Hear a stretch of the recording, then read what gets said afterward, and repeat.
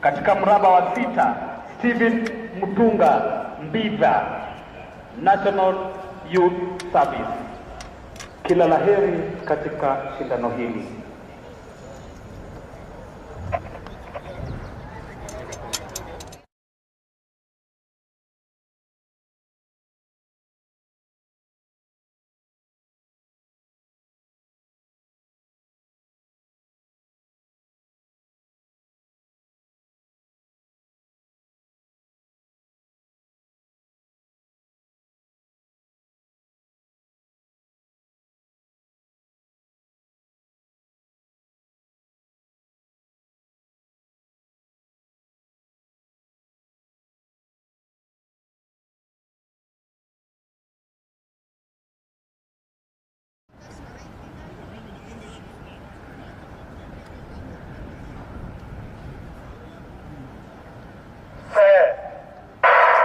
Ashari kabisa basi tunaanza bila buskil wa aina yote, ambapo katika leni ya 4, leni ya 5, Edwin Kimtaito Magereza, Edwin Kimtaito Magereza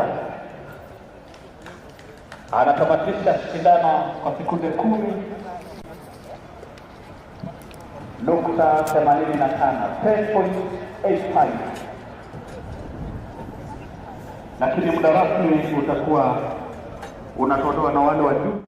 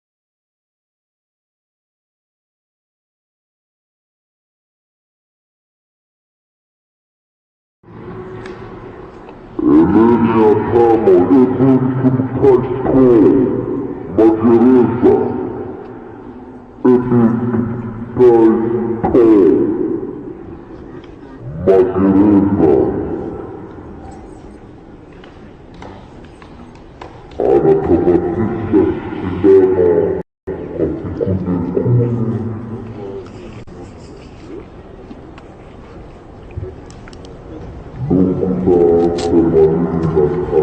anatamatisha shindano kwa sekunde 10.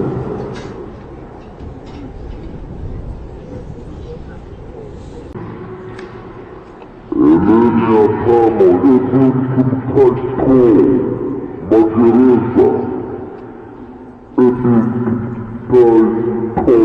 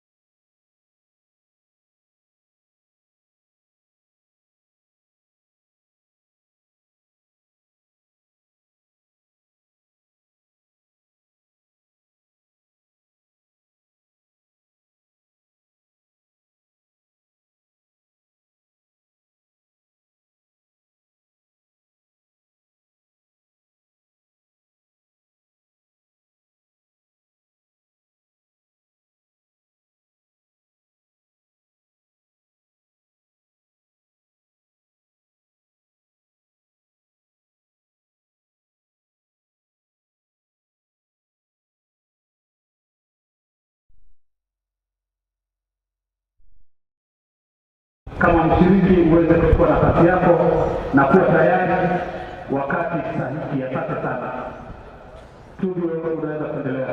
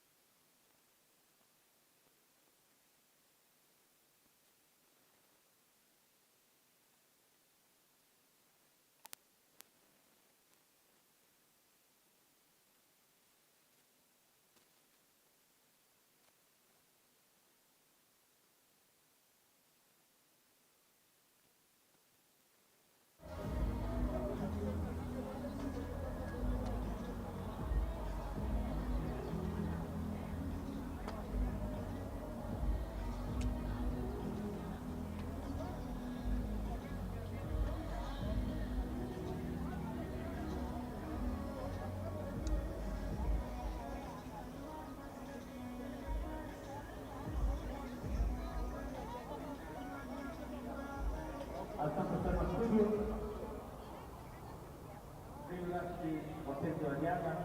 Shindano linalosubiria kwenda kwamba kutoka sasa ni shindano la mita 200 kwa wanaume ambalo litakuwa ni semi-final.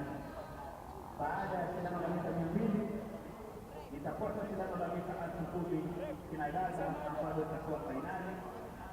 Alafu shindano la mita 400 kuruka viuzi vile itakuwa ni semi-final kwa wanaume. Baada ya shindano hilo itafuata shindano la mita 100 wanaume vile itakuwa ni semi-final. Wanatimai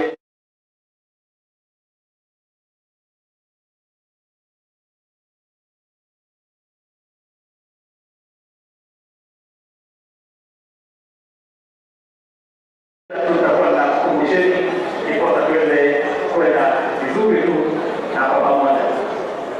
Lakini sasa shindano tunalolisubiria kwamba wakati wote ni shindano la mita 200 ambalo ni semi-finali kitibu cha wanaume.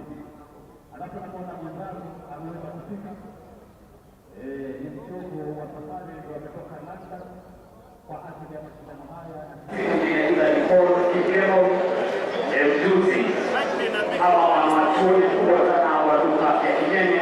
Naomba kumpa nafasi aweze kuendelea. So once again, thank you. Ladies and gentlemen, we're back to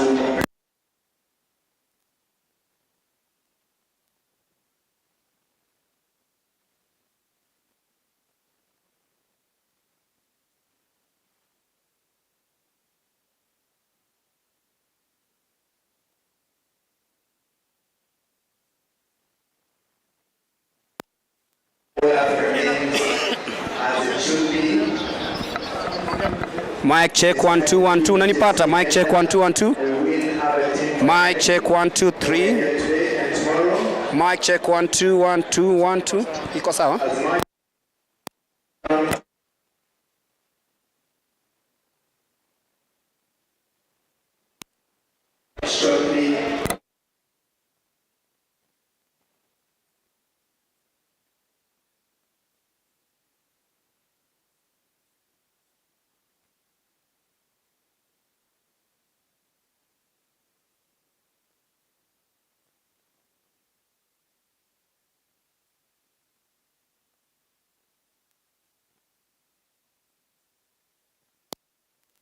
so that tomorrow is a straight final for the remaining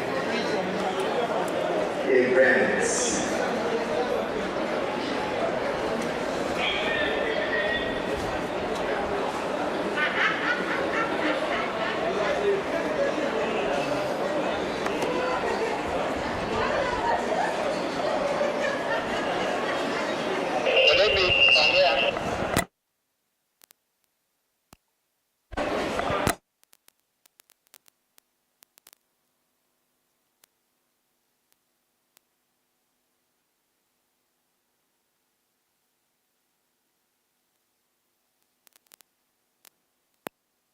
Very good afternoon to you wherever you are. Welcome to this day one of the All Africa Games trials here at the Nyayo National Stadium. It's been a very eventful day that we hoped would start in the morning, and of course we were here in the AM.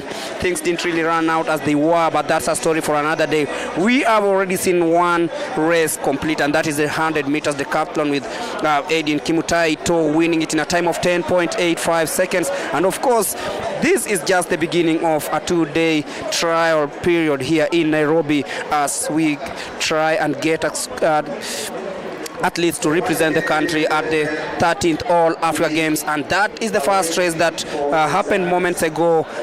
Edwin Kimutaito of Prisons reigning supreme in this one, winning in a time of 10.85 seconds and ensuring that he books a space to the next round. And of course, remember the decathlon is all about accumulating points, and so many events come in between, and that shows you that there's still more to come. But coming up next is the 200 meters semi-final. 3 hits in this one. We'll be giving you more and more of what to expect in this one. And of course, if you're joining us, this is the 5th day of March 2024, just a few days before the 13th African Games. to be held in Accra, Ghana, and today we are live at the Nyayo National Stadium. Quite a huge turnout here from morning, waiting to see the stars who will represent the country at the 13th All Africa Games, and most if not all races will be finals.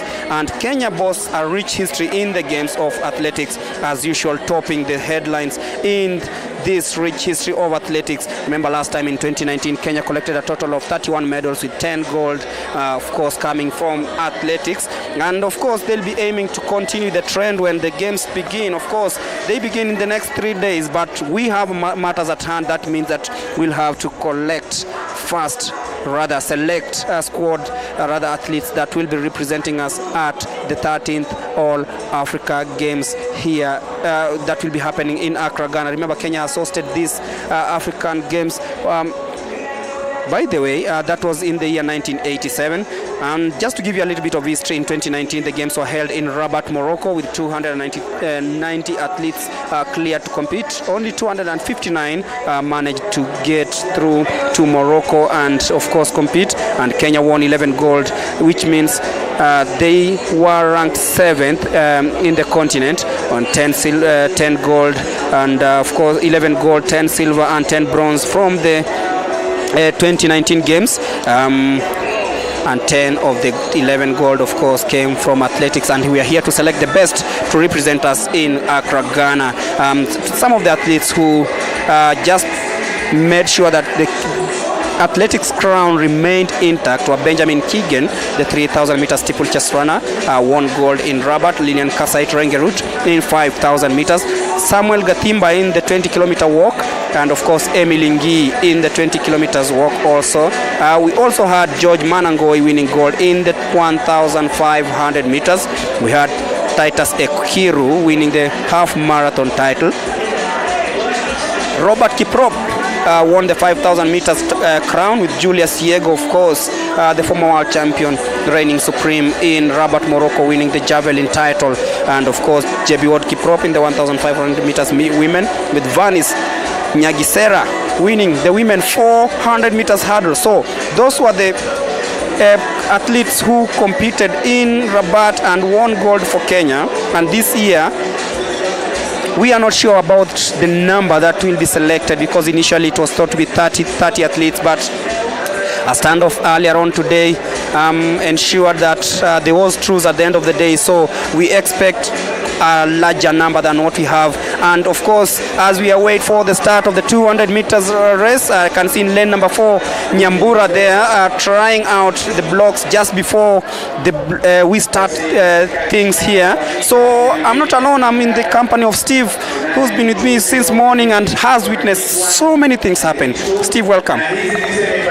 Thanks so much, Mulemi. It's been an eventful day, like you mentioned, really eventful, and we've only got one event done for the day. So there's so much more that's in store today. Of course, the 200 meters decathlon for men having just been finished a couple of minutes ago, and now the ladies are on the starting lane waiting to get going with the 200 meters as well. Just one of the two events really that are starting the day. Of course, we have so much more happening today with the 200 meters men heats coming up, as well as the 10,000 meters final for the women. So we have two finals today, the 10,000 meters final for women, as well as the 5,000 meters final for men. Of course, these are events that Kenya have dominated over the years. Remember last year Kenya won the women's 10,000 meters. Not last year, but the last edition rather. Kenya won the 10,000 meters for women, with Lilian Kasait winning gold for Kenya in the last edition. As we get ready for the women's 200 meters, I'll let Mulemi take you through that.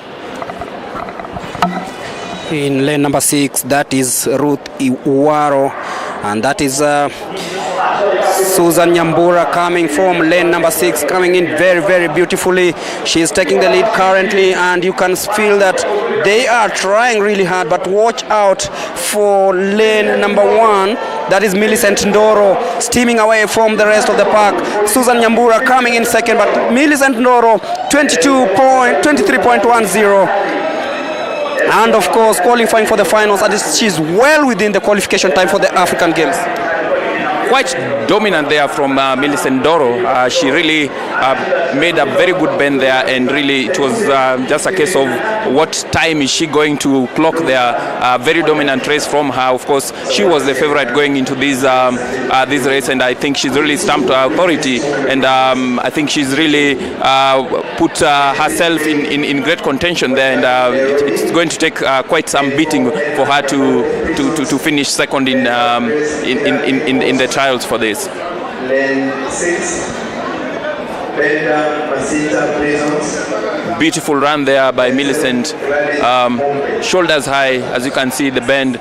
Focus on her eyes as she takes the bend there. 100 meters to go. So once again, very dominant, putting daylight between her really and the rest of the competition. Showing no signs here of rust, despite having to wait for so long before this event took place. You could see that these athletes, they were ready to take it up.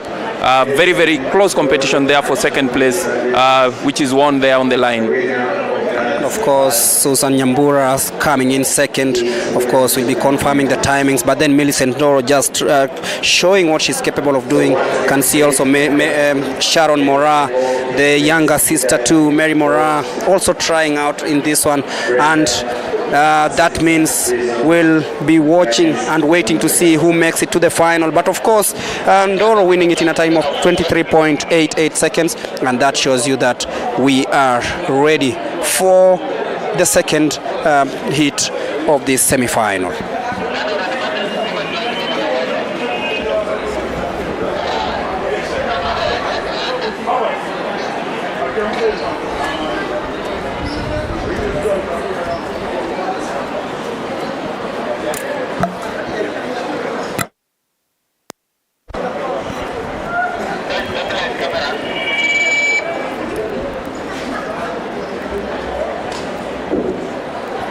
If you're joining us, this is the third race of the day, the second semi-final of the women 200 meters, and you can see quite a rich field of athletes there, and of course coming through very well in semi-final women's 200 meters. Right in that group is Masita. That is Matsisa coming through. Mary Kidake coming through, but then it will be Masisa 24.43. She makes it to the final, but that was quite a slow one, Steve, and she'll be kicking herself, asking as to why she did not make it, because the qualification time is 24.0. Yeah, much slower this race, of course, there. But like I said, really, it's been a long wait, and not every athlete must have had really the energy to keep going up until this time. You know, you always come in the morning and your muscles are waiting for you. As you see the replay there, very close run here by the athletes in the second heat, which is won here by Masitsa. She takes the bend there, shoulders high. You can see her head rocking, really pushing herself to the finish line, Masitsa, and she makes it to the final, which will of course be contested tomorrow. So make a point to join us tomorrow as well, where we will be doing the finals. Brenda Masitsa there from Nairobi, winning the women's second hit here in 24 seconds, 0.83. As it's Brenda Matsitsa of Nairobi, and straight away we go to the main competition, which I expect fireworks here, because this is a rich field of event, and of course very, very, very talented runners waiting to showcase their case there. Like we can see Kilian Kiprotich of Central. We have Simani Regau, the man from Rongai Athletics Club, in lane number 2. We'll also have Innocent Kadima, the 23-year-old, with a personal bet of 21.6. posted on 26th of January in this very venue. And then we have Innocent Kadima in lane number 3, of course. We'll have Samuel Chege Waweru, the 25-year-old, with the personal best time of 20.75. We'll have Eric Kimathi, bib number 70. That is Samuel Chege Waweru of Ngong Athletics Club. And then we'll have Eric Kimathi, Meshak Babu Kibusuli, the most experienced here and the most successful runner in this field. Of course, third during the AK meet here that was held at the Ulinzi Sports Complex. And of course, we'll have Meshak Babu, whom we've talked about. Lane number 6 is missing, but then we have Ronald Kiprono Koech of Police. Of course, this is a man who's had 10.9 over the 100 meters. So missing from this one is Eric Kimathi and Meshak Babu. That is in lane number 5 and in lane number 6. And that means that we'll have 5 participants in the first semi-final of the 200 meters. So in lane number 1, that is Kilian Kiprotich. In lane number 2, Simani Regao. Watch out for this man from the Rongai Athletic Club, the man who studied microbiology at the University of Nairobi. And then we have Innocent Kadima, the 25-year-old, with a personal best of 11.04 seconds in 100 meters and 21.6 in the 200 meters posted on 26th of January right here at the Nyayo National Stadium. And then we'll have the man himself, the young man, the 25-year-old from Ngong, Samuel Chege Waweru, running in lane number 4. And then in lane number 7, Ronald Kiprono Koech of Police. So it's the 200 meters first semi-final. We await for the start.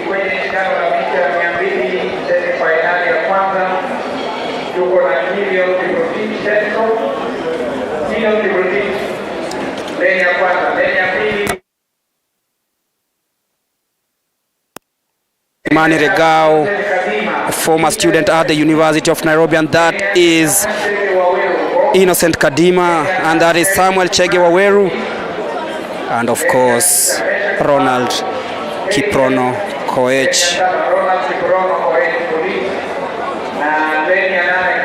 10.9 over the 100 meters. What can Ronald do here, the man from Police?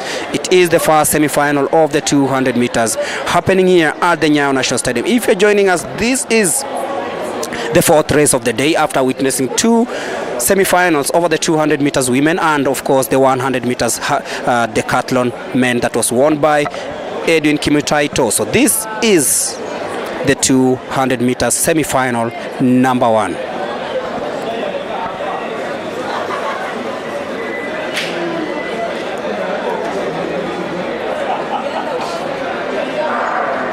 And off they go nicely there. Watch out for Samuel Chege in lane number 4, and of course Simani Regao taking an early lead heading into the bend towards the 100 meters, and you can feel Ronald Kiprono Koech taking the lead, but then Samuel Chege, as we had predicted, steaming home, will be looking at the time heading into the finals. It's 20.77.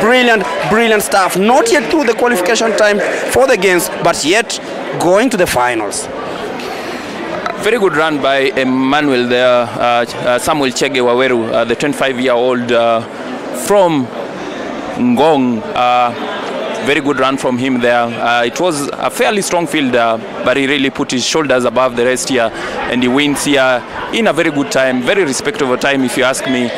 You can see him there already at the bend. You can see him, he's already taken that lead, very focused on his race here, doesn't look back. Then he pumps forward 100 meters there to go. He looks ahead. At this point, I feel like he knows that this is going to be his. So it's just a case of a race against time here. And he wins quite easily there, I must admit. You can see there on lane number 5, Ronald Kiprono Koech from Police taking the second spot there. Of course, the young man Ronald Kiprono Koech running from lane number 7, but then look at the time, 20.77. I think he might be preserving the energy for the final, this young man Samuel Chege Waweru, and of course we'll be waiting to see what is capable of doing heading into the final. And straight away we shift our focus not on the fire exit, but semi-final number 2 of the 100 meters. Expecting lane number 1 Benson Kateshi of Machakos, Stephen Ochengo Luoch, the man from KDF, 10.81 over the 800 meters, 21.08 over the 200 meters. Of course, he posted this in his own home turf. That was at the Ulinzi Sports Complex during the second Athletics Kenya meet earlier on in January. And then we'll have Peter Moy Ndicho of Police will be running in lane number 3. Mike Mokamba, the 27-year-old for the African champion, will be running in lane number 4. That's Mike Mokamba of KDF, the African champion. He won silver in the Diamond League, of course, and of course that is Daniel Kiviasi Asamba, and of course Brian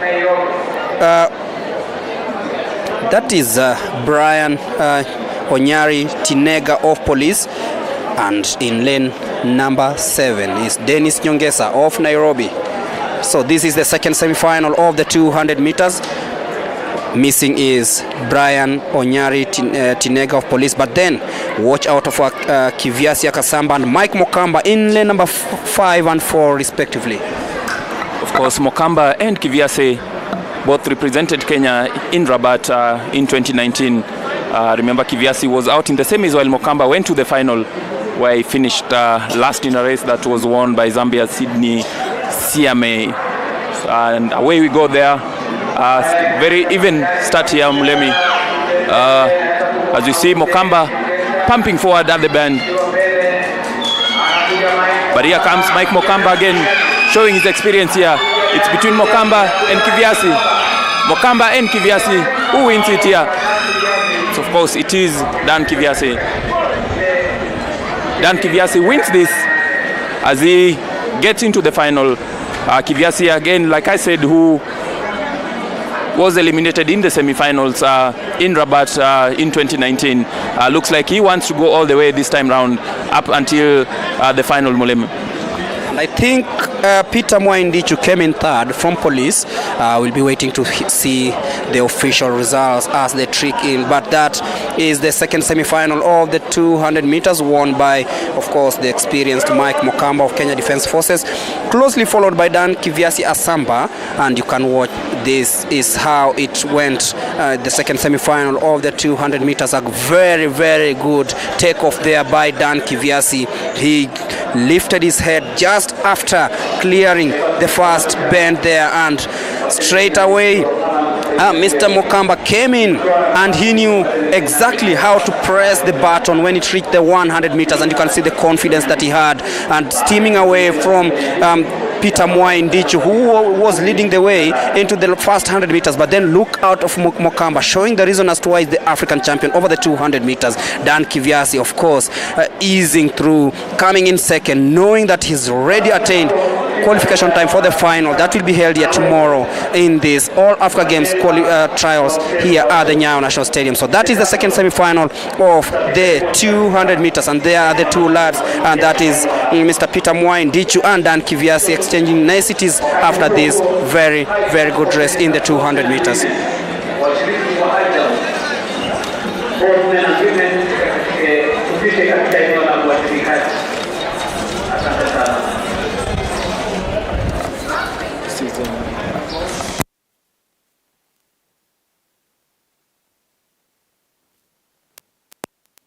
And of course we shift focus to the third heat of this 200 meter semi-final, and of course in lane number 8 on your screens is Robin Wanjala Wateba of Police. In lane number 5, of course, is Andersen of Denmark, trying out the young man. And on your screens there is someone who just finished competing in the previous race. That is Dennis Nyongesa. The heat taking toll on him, and you can see him limping. Dennis Nyongesa, who competed in the 200 meter semi-final number 2. I'm sure he'll be attended to by the medical team. I hope it's nothing serious. Yes, you can see he's being directed to the ambulance, the treatment area for that matter. But Watch out for Hesbon Ocheng in lane number 4. But that is Anderson, the man who tore the field apart just over 3 weeks ago in this very distance. But then watch out for this man, Moses Wasike Onyango's in the lead at the moment. But then look at the man from Denmark, Anderson and Wasike. Who's the mom? It's Anderson at Wasike. It's a photo finish, 21.25. Very close to tell. Let's wait and see. 21.25. Mr. Wasike, Moses Onyango and Anderson. Wow, this is what we call a photo finish. The rest of the competition so far, they really gave us a competition there that had a lot of fans really getting up their feet and pushing them to the line. Gonna be a photo finish, this one. Moses Wasike, it looked like Anderson was gonna catch up. You can see Wasike having a very good start there inside the lane of Anderson. Always good when, especially two top athletes, when they're running close to each other, it makes you keep good track of each other. Look at the 100 meters there to go. Still nothing to separate the two. Look at Anderson pumping forward his arms. Wasike also saying, I'm not letting this go. Looks like Wasike has got it here, but the big powerful figure of Anderson is coming back. It's going to be a DP, and I feel like Wasike just got it on the line. Or did he? So close to call there, but you could feel that Anderson had matters in his own hands. You could see, look at the two athletes. One was grimacing, one was very relaxed. Wasike tried really hard to steam away from Anderson, who's decided to up his game towards the last 30 meters, and you can feel this just went Anderson's way. Yeah, and that is really where now your physique matters, during the last 50 meters. That is where now the 100 meters, the endurance and the speed and the power really comes into play when you really need that last push to take you onto the line. And I think that is just what gave Anderson the edge there. And it is fast and furious, and on to the 10,000 women final. That is Monica Wanjiku Wangui in bib number 166, and of course that is Edna Jebitok, Jerotich Kibiwat, sorry. There is Sandra Phyllis Jebet also in this one. That's in the yellow bib. That is Sandra Phyllis. She is one athlete you'll really love to see how she's running. Top athlete. But this is the 10,000 meters final. 3 chances. Who's gonna take it? We are waiting to see, and for the start of this one. And of course, we'll be watching out for Rebecca Njeri Mwangi. She's been very impressive in the weekend meets, the Athletics Kenya track and field weekend meets. And this is promising to be one race that we'll be looking forward to see who gets the the standard qualification time of 35 minutes 20 seconds. And I'm sure this field is all capable of producing that. Of course, all these athletes looking at who is going to represent Kenya in Accra, with Kenya being the defending champions of the 10,000 meters through Lilian Kasai, who, remember, last week qualified for the World Cross Country Championships that's happening later in the month. So, of course, none of these athletes here was in Rabat in 2019. So, all these athletes looking at who is going to represent Kenya, and of course, this is one discipline that Kenya, of course, has dominated over the years. Of course, sharing the title with Ethiopia, and so we have these athletes here, and we will be picking only 3 out of the 8 athletes who've come here. And of course, whoever gets in there, they'll be hoping that they can defend the title for Kenya as we get ready for the starter's gun for this competition. And away we go, the women's 10,000 meters, where we'll be picking the 3 athletes who are going to represent Kenya in Accra.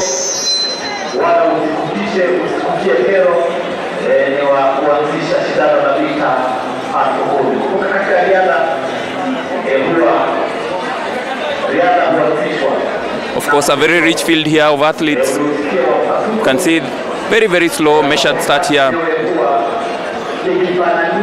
Nobody really wants to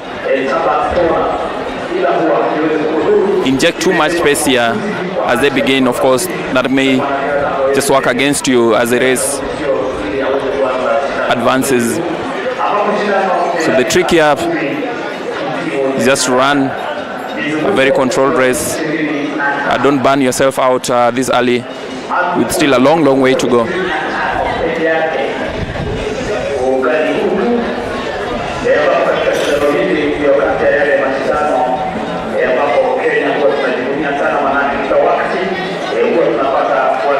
And pardon me, Kasait actually won the 5,000 meters in the last edition, and not the 10,000. The 10,000 was won by Ethiopia, who did a podium sweep with Sehai Gemechu winning the gold in 31 minutes 55 seconds .92, which was followed by Zainaba Yimer, also from Ethiopia, with Dera Dida finishing third. So of course Kenya will be looking to get a hold of that title, and I think we have a good field here, and I believe that the top 3 athletes who come from here will be able to give Ethiopia a run for their money. It's not all about the Ethiopians, by the way, because you look at the likes of South Africa, they're coming really well in that one. Tanzania is also going to be represented. We'll be waiting to see also the Ugandans, what they're capable of doing in this one. And of course, it being held in Accra, Ghana, I know the home girls will want to make a mark also in the athletic scene. Remember, this is an Olympic year, so everyone is trying. This will also act as a qualifier for the Olympics that will be held in Paris later on this year. And that straight away leading, as usual, Sandra Phyllis Chebet, pedigree athlete over the 10,000 meters. It's so hard to tell who's going to take the first break here, because you look at them, they are really close to each other. Look at that. That is Janet Chepngeny of Keringet also coming through, and of course Edina Jerio Teach Kibiwot, very seasonal runner for that matter, and taking the second lap of the 10,000 meters. Remember, afterwards we'll have the hurdle semi-finals, both for the men and women, and it's the men semi-finals, and before ushering in the 100 meters, which we expect also to be very competitive. Marco Tieno making a comeback. Isaac Omura Kundu, the Africa Junior champion over the 100 meters, he is also an athlete that will be aiming to raise Kenyan flag high in Accra, Ghana, in the games that begin this very Friday. Yeah, it's you feel like it's too close to call already. This Friday there's barely time for these athletes really. Hopefully the races won't take at all on them, because there's just so much time for recovery if they sign this Friday. So you need to be in good condition really, because the pressure will of course be on Kenya to bring quite the medals. Just to give you a brief history, Kenya won. Kenya finished 7th overall in Morocco in 2019 with 11 gold, 10 silver, and 10 bronze. I think our best so far remains 2011 in Maputo, where Kenya got 14 gold, 14 silver, and 22 bronze, bringing home a total of 50 medals in total. That was in Maputo in 2011, where Kenya finished 6th. So of course there'll be a lot of pressure, especially from the administrators waiting to see what Kenya is going to bring home this time round. Of course, you always want to do the very best. You always want to bring in more than the previous years, but it's not always easy because, like mentioned, really a lot of African athletes really are catching up. A lot of African countries are catching up with us. Ethiopia are always up there. Uganda are doing well in both men's and women's competitions. Of course, South Africa and of course Ghana, who will be hosting the event, will be looking to put in some very good home performance. So it's getting ever so competitive, but of course we have the quality and the caliber of athletes to keep flying our flags high. Janet Chepngetich still in the lead here as they head towards the third lap, and of course deciding to set the pace is Rebecca Mwangi. We know that she can run from the front. Sandra Phyllis Chebet falling just a little bit. She's now down to 8th spot here, but then the tall figure of Janet Chepngetich in between Edna Jebitok Kibiwot of E10 and they seem to be setting the pace for this one as the 10,000 meters women final starts and slowly takes shape. Rebecca Mwangi, her typical way of running things, how do you predict that she will fare on heading into the next laps? I feel she has a pedigree. Remember, she stunned the field during the first Athletics Kenya track and field meeting in Nairobi last year. She's based in Japan. That's where she trains a lot. So for her, I think when she comes here, I think this is where she loves to come and just compete with the very best the country has in store. So she has a pedigree to stretch this field as much as possible, and you can see she's put herself really at the top there, at the front. She's like, okay, I'm going to inject a bit more pace here. I feel this has been too comfortable. Maybe it's about time we stretch the field a bit more, and you can see she's decided to go in as we come round to finish the third lap. Remember, this is a race that is run 24 laps across the track. So there's still quite a long way to go, but Rebecca Mwangi looks like she's decided, okay, I'll inject some pace here, and it looks comfortable really for all the athletes so far. Monica Wangui hanging in there. She doesn't want to stay further behind, and you can see she's really trying, currently holding the 9th position, but then it's still too close to tell. Of course, as Steve says, Rebecca Njeri Mwangi, based in Japan, showing why she's back at home to try out and qualify for the All Africa Games. But then you look at how they are lining up. Of course, the games will also be used as trials for the Olympic Games to be held in Paris later on this year, and this is the perfect opportunity for these athletes to try out and see if they can make it to Paris. But still in the lead is Rebecca Mwangi. And of course the tall figure of Edna Kibiwot, and of course we are talking about Janet Kepngetich still in there, but that is Rebecca Mwangi. Sandra Phil is currently in 4th position as they head towards the 5th lap.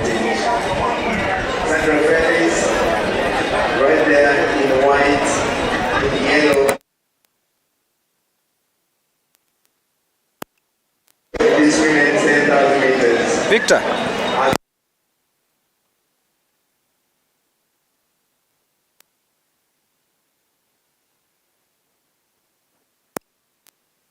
Still too close to call.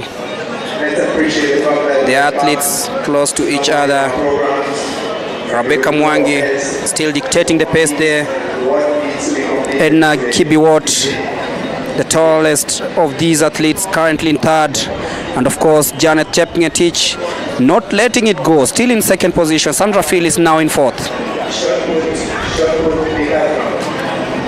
And of course, that is Monica Wanjiku just checking things from the 7th position currently. But then it's Rebecca Mwangi. Janet Chepngetich of Keringet now taking the lead from Rebecca Mwangi. They're exchanging leads here, and of course Wanjiku deciding to start, also coming to the front. Sandra Phillips hasn't made a move yet. Sandra Phillips, the double Africa Under-20 silver medalist, putting herself right in the mix there. She's also the world under 18 2,000 meters steeplechase silver medalist, so a lot of experience really on her young shoulders, and she's really right there in the mix, wearing the same bib color as Rebecca Wanjiku. Rebecca Mwangi rather. Very even race here so far. Rebecca Mwangi still keeping herself on top of the queue.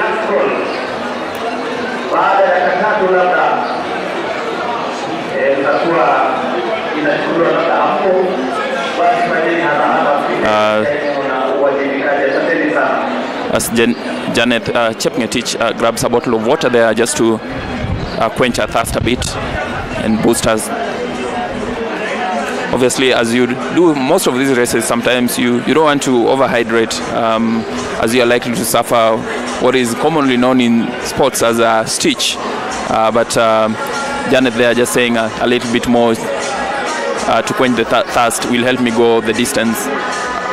Rebecca Mwangi is still in the lead with Janet Chepngetich still there, hanging in there. Rebecca Mwangi peeping through, checking over her shoulder, and that is Sandra Phillips being, I think there's a tactic to see if they can box out Sandra Phillips. That is Rebecca Mwangi and of course Janet Chepngetich. You can look at how they're looking over the shoulders to see where the real threat is, and that is Sandra Phillips, and you can feel that there is nobody leaving this for chance. Limited spaces, limited numbers, and of course the competition, a pedigree one, all in focus is, and the ultimate, of course, the ultimate prize, and that is qualification for the All Africa Games to be held in Ghana. And of course, some of the teams in Kenya have already gone. The tennis team is already in Accra, Ghana, preparing for this, the likes of Angela Okutoi, and now it's time for the athletes to try out and see who qualifies for this, and that is Rebecca Mwangi quenching her thirst at that water point, and Sandra Phillips, of course, coming from the outside and currently occupying the 4th position, but number 2 and 3 hasn't changed. No, not at all, really. I think this is how it's been like the last 3 laps. As we see there, Sandra Phillips Chebet saying, okay, I'm good, I can take this over. And of course now the figures of Sandra Phillips and Rebecca Mwangi are both very conspicuous in their yellow bibs, taking the lead there, trying to stretch this field as much as possible as you get ever so close to the business end of the race. Still some distance to go, but this is where really now you start putting the pressure on the rest of the athletes, asking them questions. So far, the answers are there. Every athlete looks like they have the answer really to keep up with this pace. But it's just a matter of time really, and I'm sure that maybe 1 or 2 athletes will get impatient with this pace, or rather they'll just feel like, no, we can inject a bit more. This is a bit too slow for me. And of course, there's so much at stake here. Not just the African Games that are happening this weekend. There's so much at stake.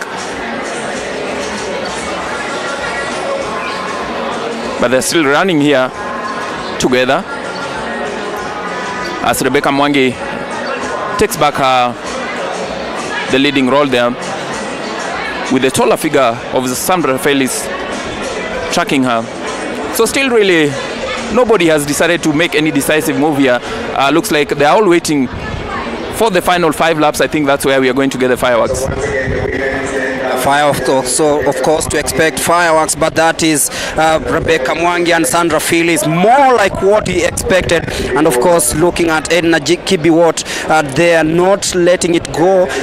Of course also Rebecca and Jerry Mwangi in the mix, but this is the 10,000 meters women final. No second chances, nothing to leave, no room to leave anything at chance, and this is the final of the 10,000 meters.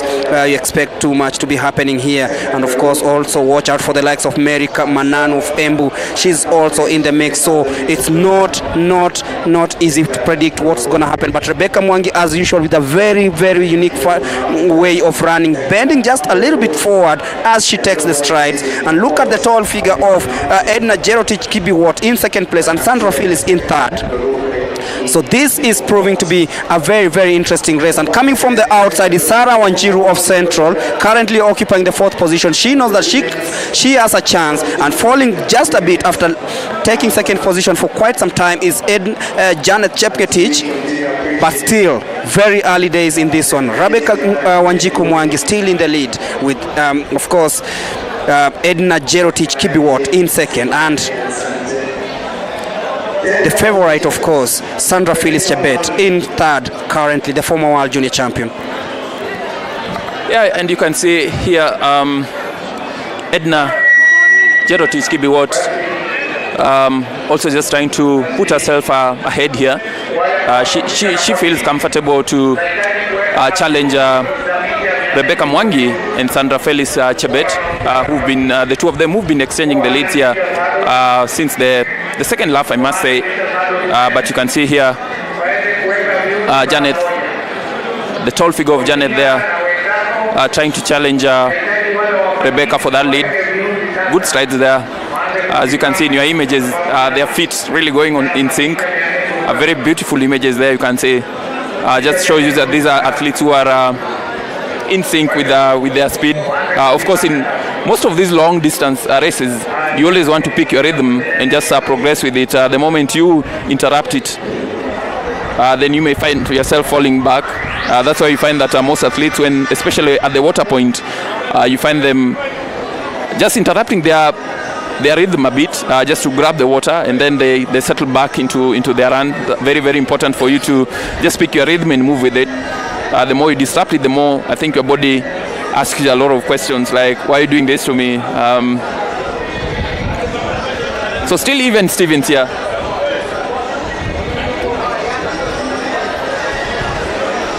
As they cross the line, 16 minutes gone here. Just about the same amount of time remaining. Just about the same amount of time remaining, but look at the tall figure of Edna Kibiwott of E10 currently taking the lead. She's using her strides well, but then Rebecca Mwangi, with typical fashion, seems to be very, very strong. Sandra Phil is currently in third, and of course Monica Wanjiku there, another tall figure in these 10,000 meters, passing through the water point. Nobody really interested, and you can look at Sarah Wanjiru currently in fourth. She is very, very strong. She looks really strong heading into this one, but Sandra Phillips hasn't yet made a move, and she seems to be watching every move that the Japan-based Wanjiru is throwing, and look at that.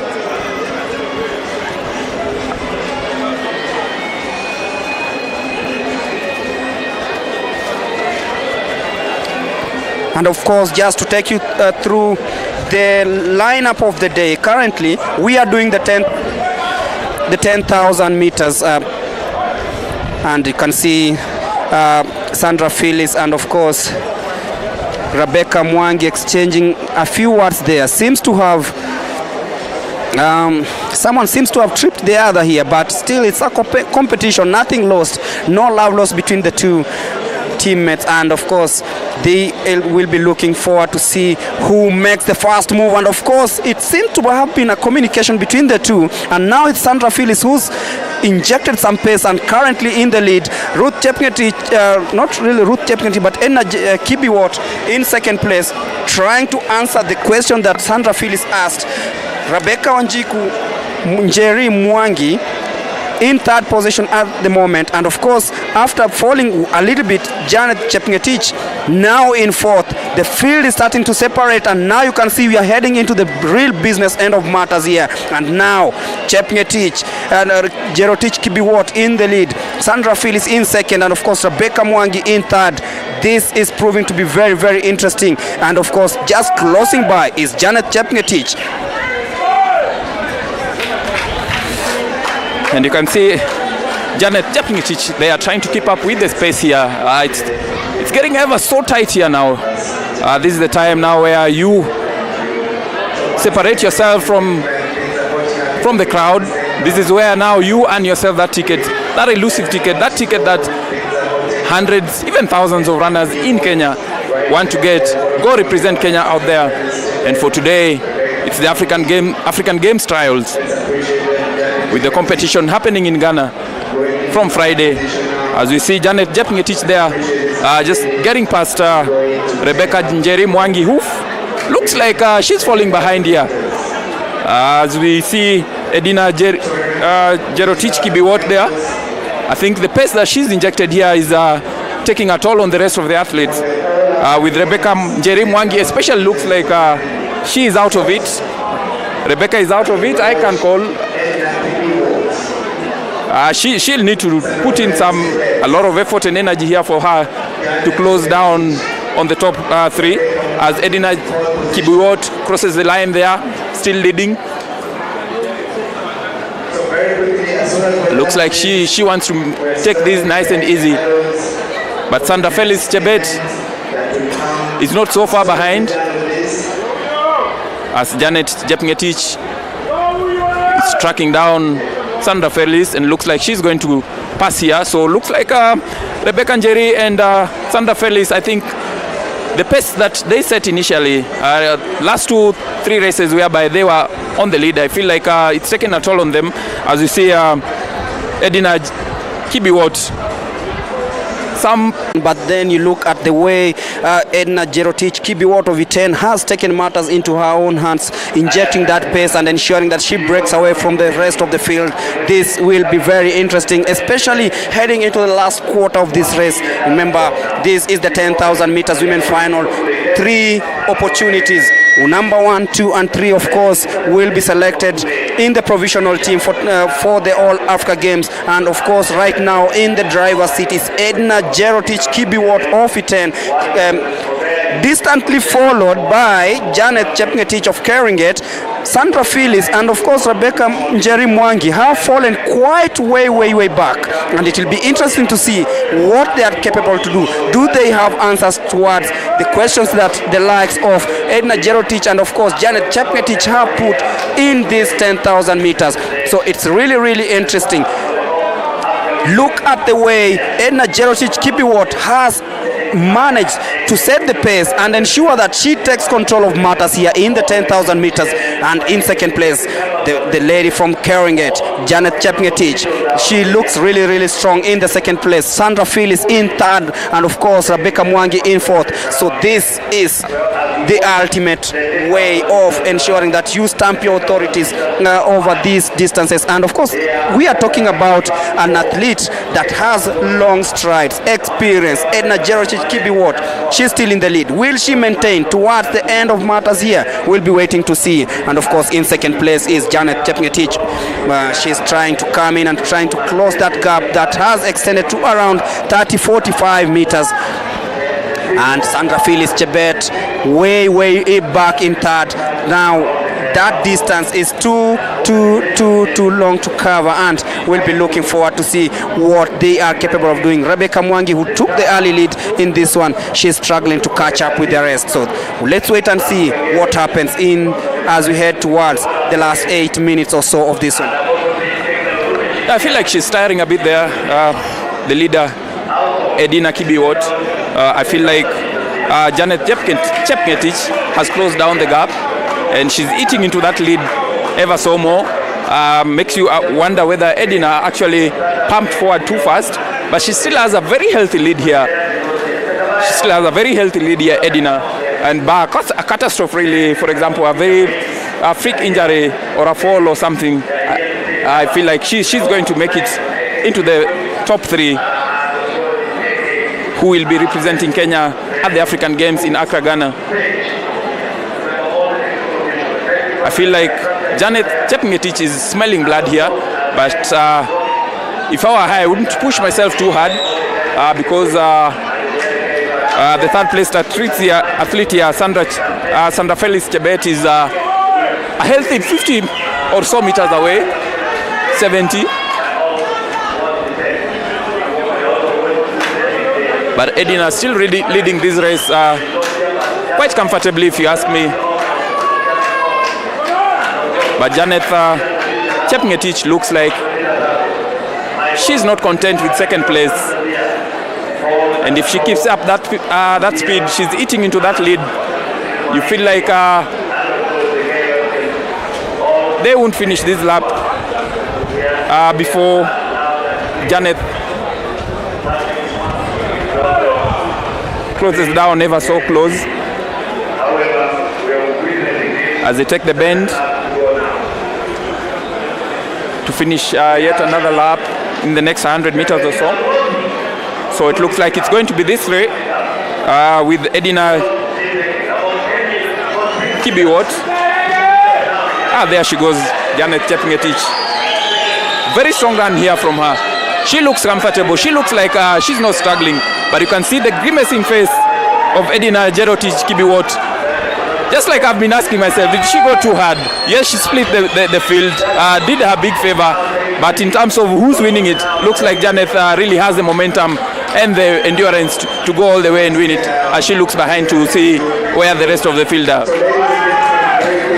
We are looking at a race that has 2 very good athletes, and now you can see the overtaking lane. The indicators have been lit, and that is Janet Chepngetich now taking the lead. And I think the difference was when Edna Jerotich went at the water point to quench her thirst, and it was an opportunity for Janet Chepngetich to come and pounce, closing the gap, and we can see she is now in the lead. And of course, in the lead right now is Rebecca Mwangi.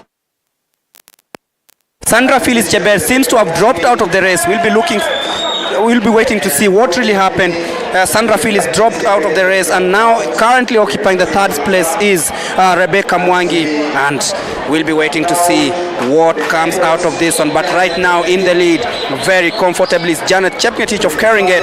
Edna Jerotich Kibiwot currently in second. She seems to be tiring a little bit, just as Steve says, and maybe, just maybe, Rebecca Mwangi might smell blood here, but then it's a huge distance, close to 200 meters of this one. And of course, we'll be talking about who actually has the best management skills to see this through.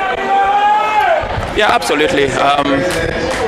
I love the way Janet Chepngetich, who's leading the race, the way she tracked down Edina Kibiwot nice and slow. After every 200 meters she was hitting into that lead, and now she looks very comfortable. I feel like she can let down her guns now, and she'll be able still to finish this race with just about 3-4 laps remaining before the bell goes to signal the end of this race, or rather to signal the last lap.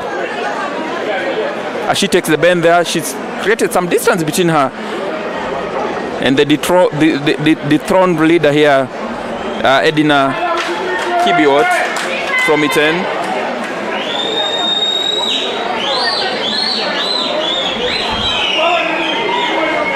That's Mercy Chemutai Korir from South Rift crossing the line now. She's going to be lapped here by the leader here, Janet Chepngetich.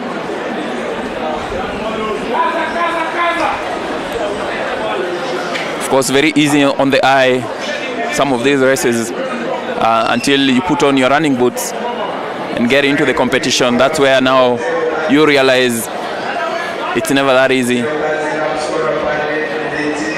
But of course, these are athletes who they train for this. It's what they live for. As you see Rebecca Mwangi there crossing the line way behind Edina Kibiwot, who's in second place now. So you do feel like a catastrophe. It's going to be Janet Chepngetich, Edina Kibiwot, and Japan-based Rebecca Mwangi, who will be representing Kenya in Accra, Ghana. As from this Friday.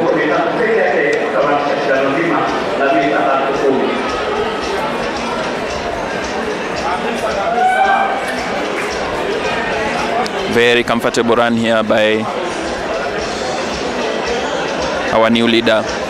Not new really, she's been on it for the last 3 laps. Janet Chepngetich from Keringet.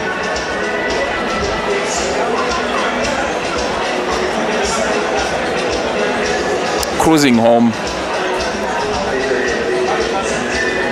Edina Kibiwot also crosses the line.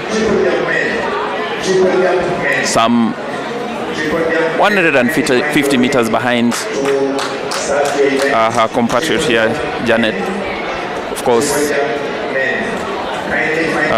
Janet here from Keringet and Edina from Iten, and Rebecca Mwangi running as an individual athlete. But the moment they go to Ghana, they are going to be putting on the Kenyan kit. They'll be representing the country and hoping to wrestle the title from Ethiopia. And not just Ethiopia. This is a distance that world over is becoming ever so competitive. Remember, it's a competition that Kenya has continuously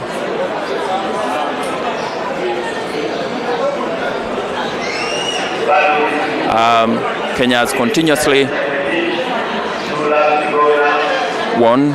The likes of Helen Obiri, the great Vivian Cheruyot, some of the athletes who have made Kenya proud in this distance.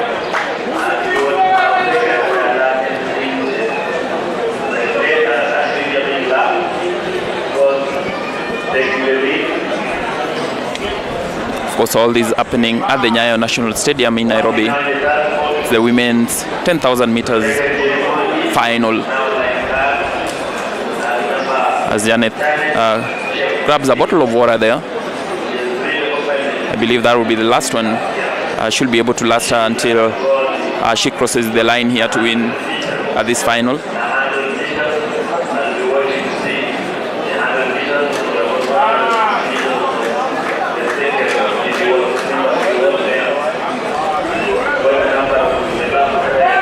Very focused run here by the leader from Iten, from Keringet rather. She comes to cross the line here.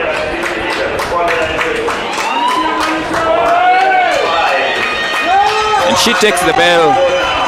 She takes the bell there. Janet Chepngetich.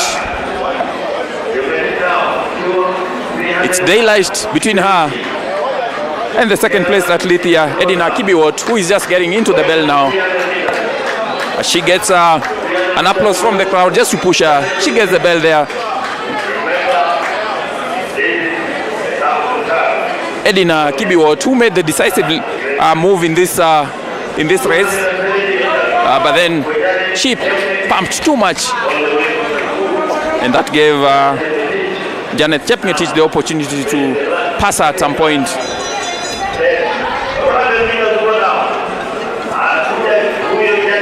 As Rebecca Mwangi also gets the bell here, she's going to finish third.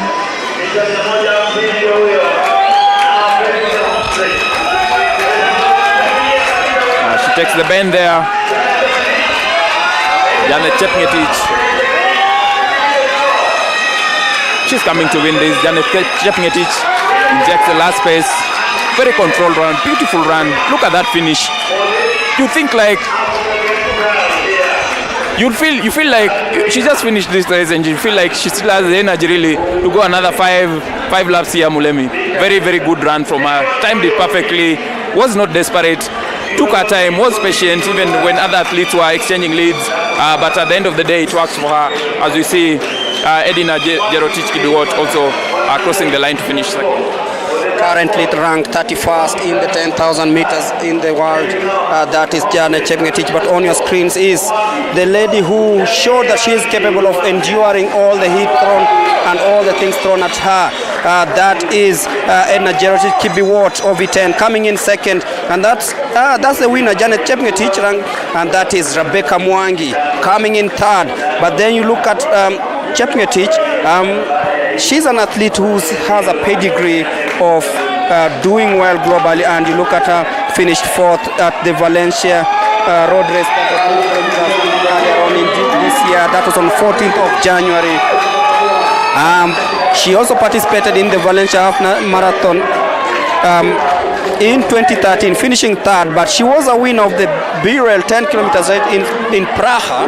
So Janet Chepngetich just shows you that this is her specialty, especially in the 10,000 kilometers and 10 kilometers. But I'll be handing over to Charity to hear what God help me. Yeah.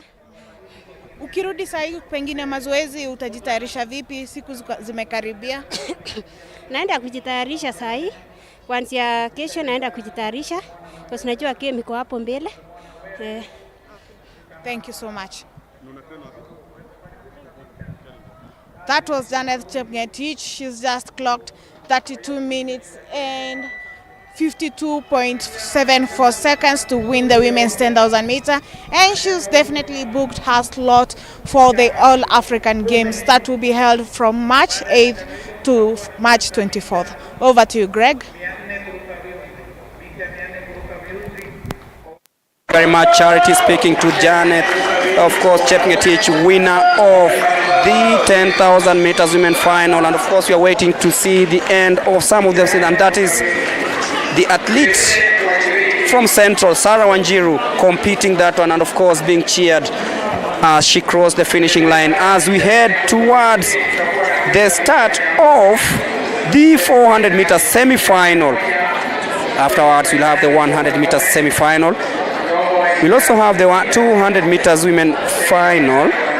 no, the 200 meters women final has already taken place, so we await for the start of the 400 meters hurdles. That is the men's semi-final coming up in a bit.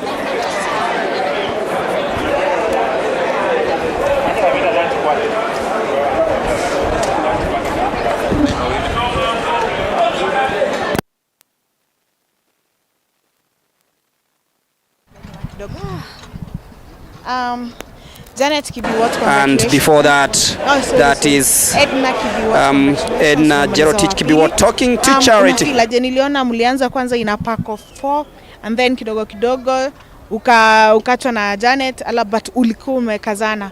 Umefilaje? Okay, for me I feel good because this is my first time to represent Africa, and I had trained for it but sikuwa sure juu hatukuwa tumefanya speed ya kutosha. Yeah. Perhaps kushida na ku access facilities za kiwanja, ama mbona unasema ukuweza kukua umejitayarisha vizuri? Juu sikuwa train na spikes, but I used my racing. Juu sasa kwa speed yetu huwezi anza na spikes direct, so unaanza na racing then spikes. So ilikuwa tufanye spikes on Saturday. So on that Saturday nikapata invite nikuja hapa, so nikaambiwa na coach nikuje ni train ni na hii then spikes nitatumia tu ndio kama nitakata team. Okay, all the best and congratulations. Thank you so much. That was Edna Kibiwot. She finished second in the 10,000 women's final. She's saying that she was not really sure if she would have made it for the team, but she tried her best and she's been able to make it for the team. Over to you, Greg.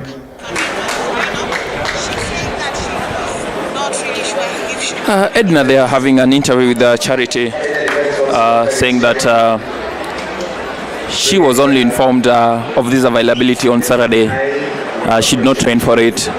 But what an athlete, if you did not train for this and then you come here and finish second, stretch the field, an experienced field, a field of this caliber, that just shows you what an athlete we have in our hands.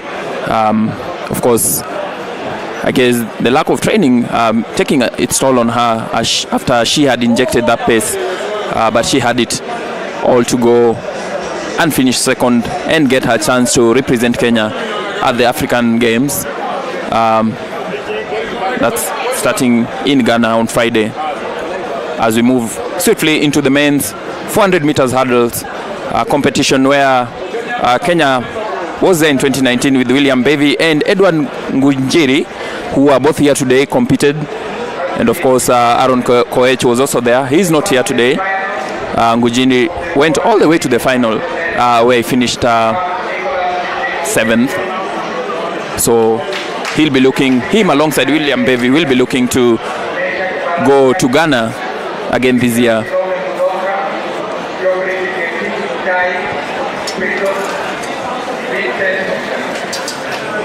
Of course, the 400 meters is one lap race. One of the most intense short sprints in athletics. In lane number 2, that is Edward Ngunjiri of KDF. There's Newton Kipngetich of Police in lane number 3. We'll have William Bevy Mutunga of KDF in lane number 4, Kipkori Rotich of Police in lane number 5, and Sami Kiprop Rugut of Prisons, another very experienced runner, in lane number 6. And also so missing is lane number 4 and 7, and straight on they go. And of course we'll be looking at who takes the early lead, and that is Sami Kiprop of Prisons, currently in first place, and that is Newton Kipngetich coming in strongly in lane number 3. But then watch out for this man, Kiprotich Rotich, currently in the lead at the moment, beating the Prisons man Sami Rugut, currently in second place, and heading towards the bend into the last hurdles over the 100 meters, and that is Kiprotich Rotich. But then watch out for lane number 2 and 3.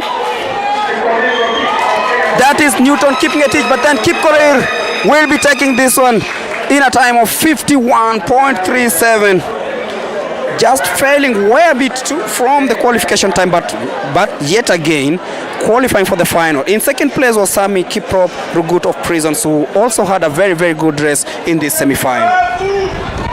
It was too close to call this one as the athletes tried to navigate and outwit the hurdles as well. Of course, a very, very tough race this one normally is. You have to really judge your steps before you take the hurdle, and of course you miss out or you hit the hurdle, then that affects your momentum. But these athletes, they've been doing this for quite some time.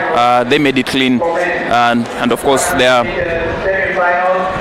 the winner here, Edward Ngujiri. They are winning from KDF. You can see no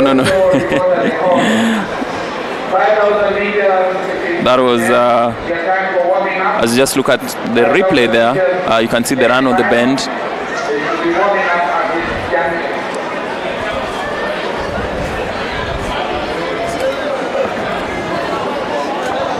Kip Korir Rotich, of course, representing Police, winning this one, and you can see how he cleverly took that hurdle just ahead of Newton keeping a teach, who is also coming in from the police department, and it was really, really close. And the last hurdle was the one that determined how Kip Korir Rotich went on to win this one, and it was really, really interesting, and you could feel he did what he had to do to break away from Newton keeping a teach of Police to win this one. And straight ahead we go to the second semi-final of these 400 meters, and we'll have the likes of Nicholas Kiplimo Kesio in lane number 2, and that is the man we are talking about.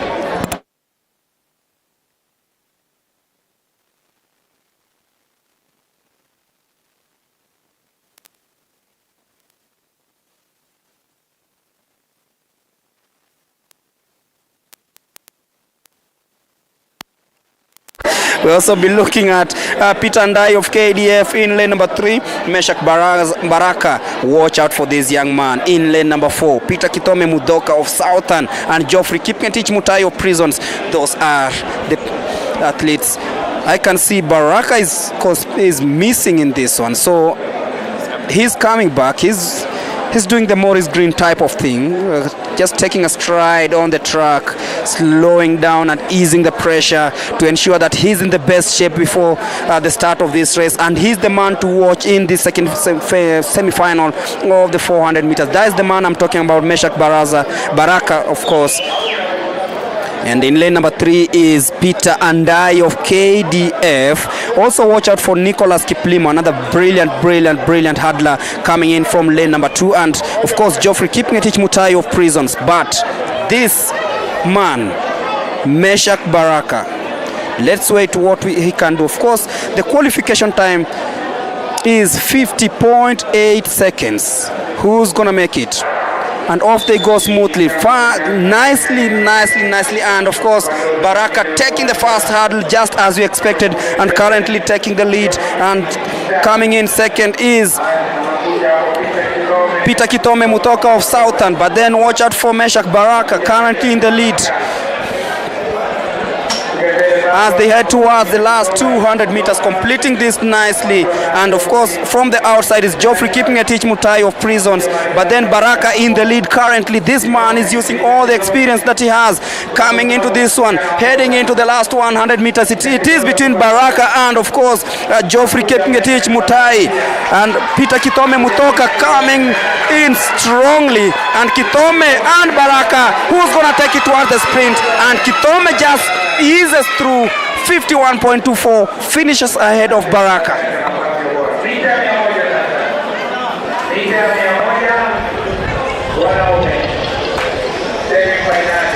Yeah, Peter Kitome Mudoka there winning this. Very nice and easy. He was running from the outside lane, and you felt he looked comfortable. Of course, he has to navigate. He has to go the longer distance, but he made good use of his lane. Of course, with Meshak Baraka coming in strongly during the last 50 meters, but Peter Kitome Mudoka had it all. He had the momentum really, and he just had to look slightly into his shoulders. So Meshak Baraka coming in strongly, and he pushed in. He gathered his last energy and ensured that the win is his. The man from Southern, Peter Kidome Mudoka. From the hurdles we go to the sprints, but of course we have to remind you of what happened there. Baraka taking the early lead, but then Mutoka showing why he is one of the names to watch out for in the coming years over the 400 meters hurdle, taking that nicely, and you can see the long strides heading towards the last 100 meters. Mutoka was in cruise control of this one. Baraka coming in second, trying to close that gap just ahead of course, Peter Andai, who really tried so hard, but then did fell out towards the end. Geoffrey Kipngetich Mutai of Prisons did not have any answer towards the questions that Mutoka and Baraka had posed in this one, and that is how Peter Kitome Mudoka of Southern stormed through, winning this one despite the pressure from Mr. Baraka, and of course qualifying for the final of the 400 meters. So that is the end of the 400 meters semi-final hurdles, and now we shift our focus to the 100 meters that will begin shortly, and it is the semi-final. Expect a rich field of events and rich field of athletes competing in this one, but 51.24 semi-final number 2 still way out, but then tomorrow is the D-Day when we find out who qualifies for the 400 meters hurdles.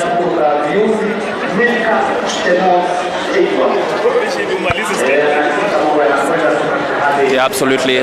Today we having only 2 finals on cards. Of course, we've already seen the 10,000 meters women's final, which was won by Janet Chepngetich.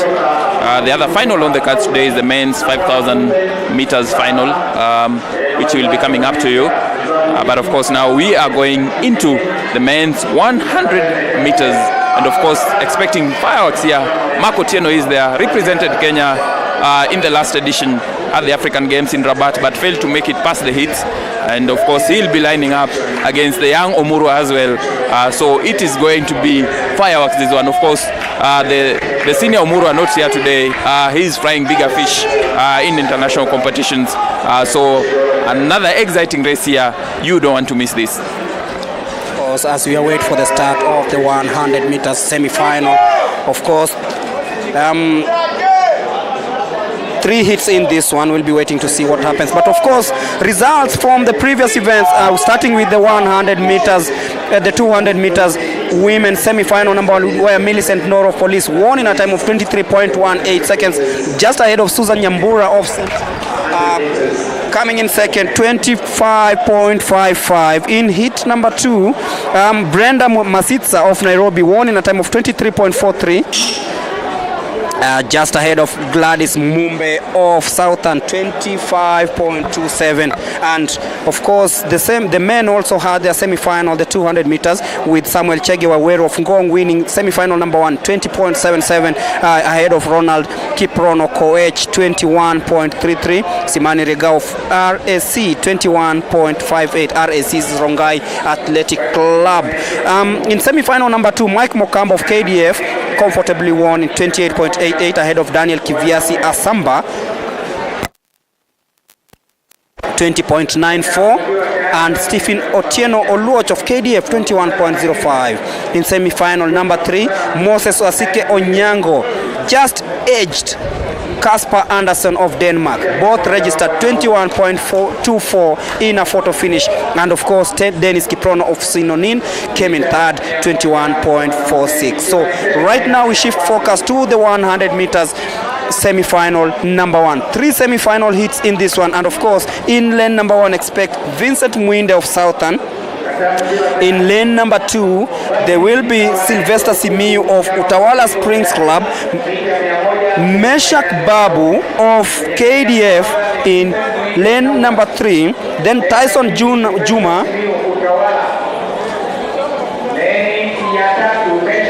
and that is Meshak Babu for you of KDF, Tyson Juma Omondi of ESSP, that is Justin Isaboke Mogoya, very young and upcoming athlete, and that is Innocent Kadima of ESSP, and that is Richard of Guto Police, and Eric Kimathi completing the lineup in lane number 8. So it's the first semi-final of the 100 meters, a complete field here, and we are expecting to see who reigns supreme. 10.2 qualification time.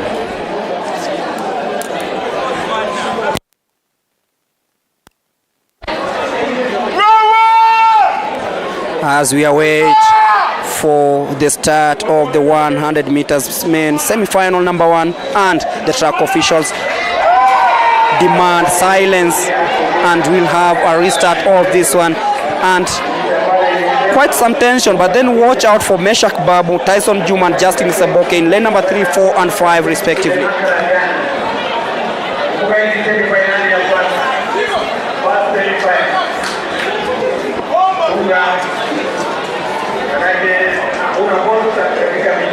As you see the start of this one, and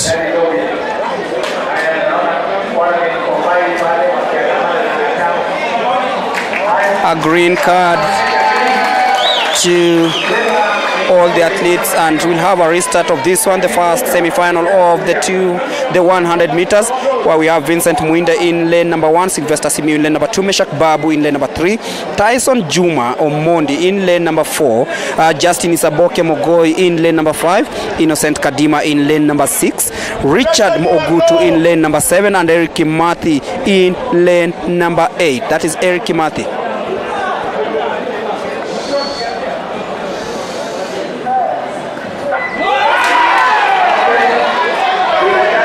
Another faulty start here, so we'll be waiting to see what the track officials will have to do here. Maybe if we get a replay of this one and see exactly what happened, but that is, we don't know yet. Let's wait and see what happens after the restart. Yeah, one of the most tense races here. Somebody must have done a false restart here. Oh yeah, absolutely. Lane 1, Vincent Muinde here. The pressure telling on him, and he is out of this race. Very unfortunate for him. And of course, this doesn't make the work of the rest of the athletes any easier. This is a time where now there are no second chances. You miss out. The young man from Southern not able to start in this race after being eliminated, rather carded, and off we go smoothly. And watch out for Meshak Babu in lane number 6. But then that is Meshak Babu for you. He'll be winning his one 10.47, just ahead of Tyson Juma. Meshak Babu there, a very strong finish from him, and he keeps up with the pace up until the end. Meshak Babu, of course, with Tyson Juma Omondi from ESSP putting the pressure on him, but Meshak Babu looked like he was in control right from the start, and he wins this heat, I would say, nice and easy. And straight in we go into the men's 100 meters semi-final 2. On lane 1 is Mr. Betson Kahesi Samuel, all the way from Machakos. As we look at the replay here, a very good start now after the false start there by Vincent Muinde, who was disqualified. Look at Tyson Juma Omondi, they are powering home. His big figure, they are powering home. But Meshak Babu looks lighter and fitter here, and he has the skills, the energy, and the drive to finish here as the athlete on lane number 5 there, Justin Isaboke Mogoi, finishing their third. Justin Isaboke already showing us what he's capable of doing this season, coming in third. The athlete who comes from KDF, and that is Casper Anderson, preparing for semi-final number 2. The man who's already finished second in that photo finish in the 200 meters, 10.24. He finished just behind Wasike, and look forward to this one. It's yet another semi-final we are waiting to see, and we'll be giving you the lineup in a bit. Of course, in lane number 1 we expect to have Benson Kahesi Samuel of Machakos, Charles Nyamwe of Nairobi will be in lane number 2, Isaac Kundo Muru of Nairobi in lane number 4, Simani Regau, and that is Casper Anderson in lane number 4. the man who has shown us what is capable of doing in this one. And of course, he's taking the... That is Benson Kahesi in lane number 1. Charles Nyayo of Nairobi. Simani Regao, the former University of Nairobi student. That is Isaac Omurwa Kundu. And that is Kasper Andersen of Denmark.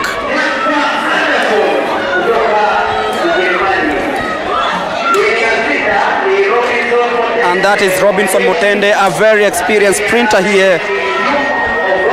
Duke Ogot of Police.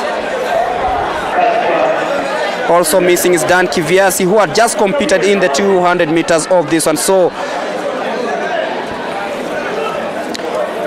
it is Kahesi in lane number 1, Nyamoya in lane number 2, Rigao in lane number 3, Isaac Omurwa in lane number 4, Robinson Motende in lane number 6, and of course Duke Ogoti in lane number 8.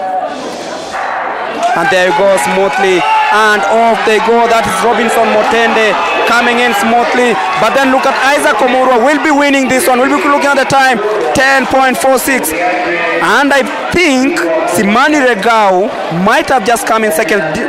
Kasper Andersen, just after showing us what he's capable of doing in the 200 meters, was not able to keep up pace with this one, finishing a distant 7th in this one. Yeah, he is devastated, as you can see. He never just got it right from the very start. He got a very, very slow start and never just picked it up. You feel like he gave it up the moment he stepped off those blocks and went for the race. As you look at the replay there, look at Anderson. He's had a very poor finish, but look at Omurwa there, powering home. Looks nice and easy, very comfortable with his run. He powers home. The dominant figure there of Omurwa. Anderson had a false start and never really got up. Very easy finish here, as we see. I believe Simani Rigao finishing second here. But yeah, I'm sure that Anderson will be very disappointed. I wonder if maybe his exploits in the 200 meters maybe paid put to his chances of winning this one. Of course, it's true, because he just barely rested before the 100 meters, so it might have taken toll on him. But straight away, we look forward to seeing what the likes of Benson Okot can do in the third heat of the men 100 meters. So Edwin Omondi will be running in lane number 1, Stephen Onyango Diambo in lane number 2, and the man on your screen is Edwin Omondi, and that is Benson Okot also. Hesbon Ochieng, that is Edwin Omondi for you. Stephen Onyango will be running in lane number 2. Stephen Otieno Oluoch in lane number 4. Hesbon Ochieng in lane number 5. Dennis Nyongesa in lane number 6. And Mark Kanyete and Elkana Sabila in that order. Out for the man of prison, that is Hesbon Ochieng, a very, very fast sprinter here. That is in lane number 8, Elkana Sabila. Mark Kanyete, another brilliant sprinter. And that is Dennis Nyongesa of Nairobi. That man, Hesbon Ochieng, a very experienced runner, 29 years of age. That is Stephen Otieno Oluoch, another brilliant sprinter from the Kenya Defence Forces.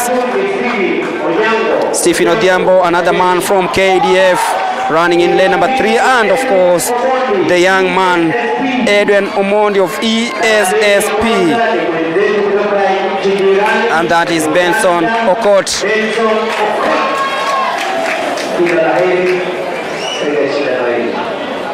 So a complete field in this third semi-final of the 100 meters.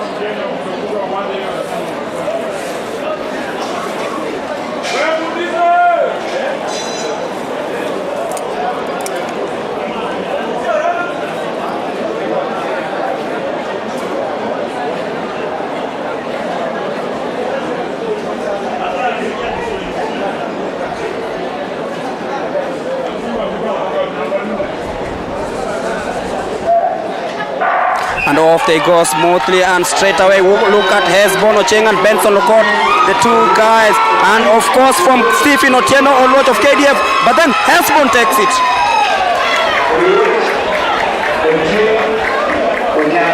Hesbon Ochieng from Prisons, the most experienced sprinter in this field, taking it home just ahead of Stephen Onyango Odhiambo of KDF.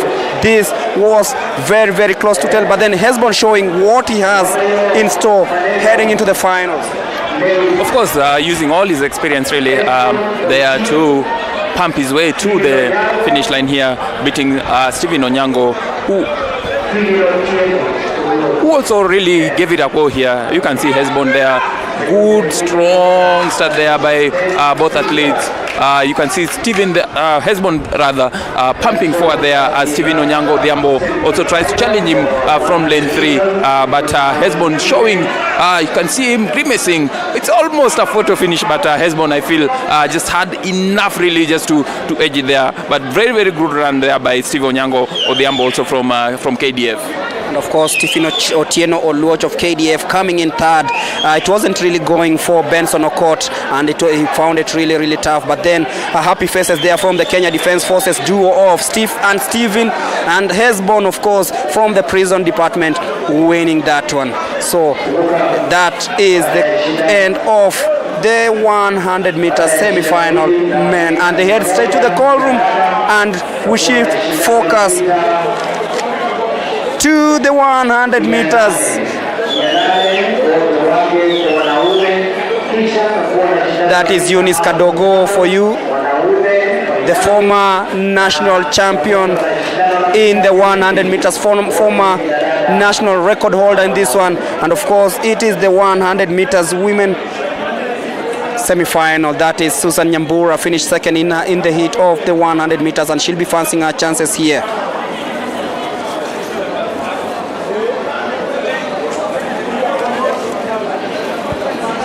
Of course, Eunice Kadogo here today didn't make it past the heat in the previous edition in Rabat, Morocco, but Kenya went to the final thanks courtesy of Maximila Imali, who went all the way to the final, but she finished 8th in a race that was won by Ivorian great Marie Josette Alou. But of course, Eunice Kadogo looking for another ticket here to go and represent Kenya at the All Africa Games.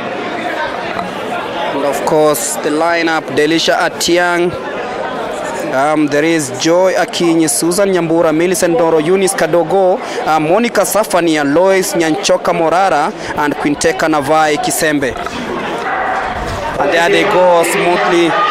That is Susan Nyambura taking off smoothly, but then watch out for Eunice Kadogo coming in very, very smoothly, and she will be winning this one just ahead of Monica Sefania. So Kadogo finally beats Sefania and clinches the ticket to the final of the 100 meters women. Definitely happy with that, Eunice Kadogo. She won this race from the back. She didn't have like the best of finishes, but she had really the power to power home with like 50 meters to go. As you see an athlete here calling herself Neymar Junior. She has a wave written Neymar Junior. That's very interesting to see. That's very interesting to see. As you look at the replay here, you can see Eunice Kadogo. She's not so much in the picture now. Susan Nyambura was, but you can see Kadogo really, her gait very much forward, and she powers home using her hands really to propel her forward. Look at the run here also on the outside lane by Lois Mora, who gets the second spot here. But Eunice Kadogo using all her experience here to win here for the National Police Service in the women's first heat. As we move swiftly into the second heat of the women's semi-final, 100 meters. On lane 2 here is Edna Ugendi from RAC. On lane 3, Martha Lucy from Nairobi. Rukia Omulisia from KDF will be running from lane 4.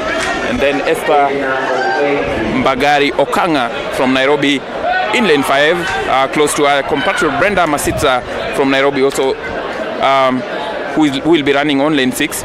We have Doreen Waka, perhaps the favorite here, running for Prisons in lane 7, and Lillian Aoko from Nyanza North representing, starting rather from lane 8. It's the 100 meters second semi-final. On your photo there, Esther Okanga, Dorin Waka there in lane 7, and on the outside lane is Lilian Aoko, lane 8 from Nyanza North. As we get ready for the second semi-final of the women's 100 meters. Edna Ogendi, lane 2, Lucy, lane 3, Omusila, lane 4, Okanga, lane 5, Masita, lane 6, Doreen Waka, lane 7, and Lilian Aoko in lane 8.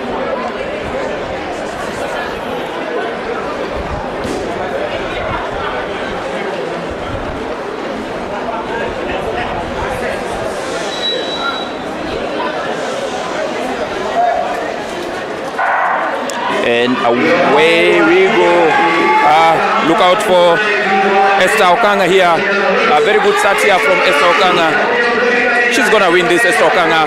Very, very easy. If you ask me, Esther Okanga in 11 minutes 80. It never really looked in doubt from the very beginning, Esther.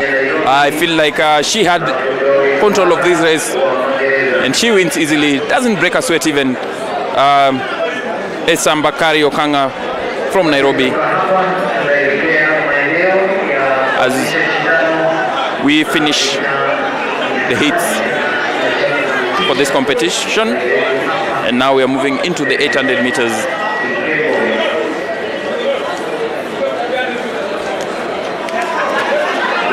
Seeing the replay there. No false starts here. Very good start there by Esther. And she establishes her dominance here as early as possible, despite the competition there from Doreen Waka. Never looked like she was troubled. Very comfortable. She could even afford to slow down during the last few meters there. And it's between Edna Ogendi and Lilian Aoko for the third place there.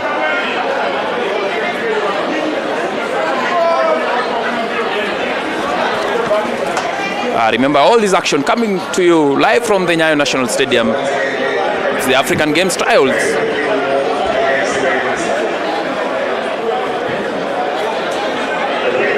In what is going to be a competition that started in Brazzaville, Congo in 1965, the first edition, with 30 nations participating. Right now, it is 54 nations participating. Remember, Kenya hosted this event in Nairobi 1987, and it was inaugurated by the late Daniel Arap Moi. Kenya obviously being always so strong, especially in the athletics events. But funny enough, Nigeria have always topped the standings in the athletics. But once in 1973, when Kenya, which were actually held in Nigeria, when Kenya topped the standings with 7 gold, 8 silver, and 8 bronze ahead of Ghana. As we get ready for the men's 800 meters semi-final, hit 1.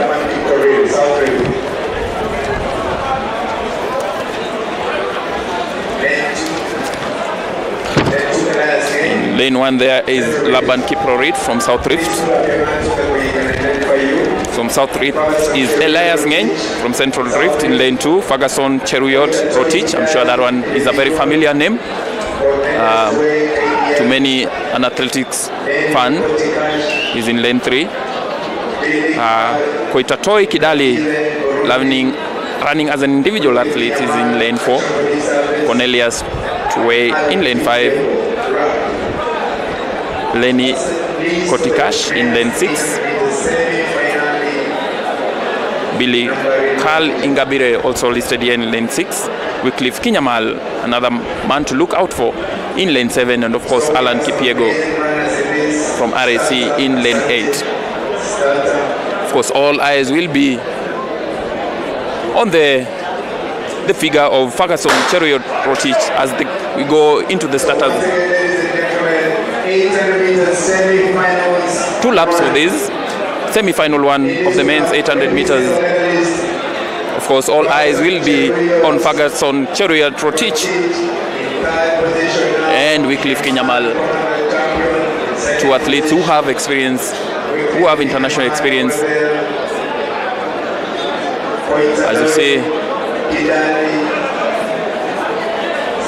Alan Kipyego there, as Kinyamal takes the lead here. They'll be coming for the bell when they cross the line.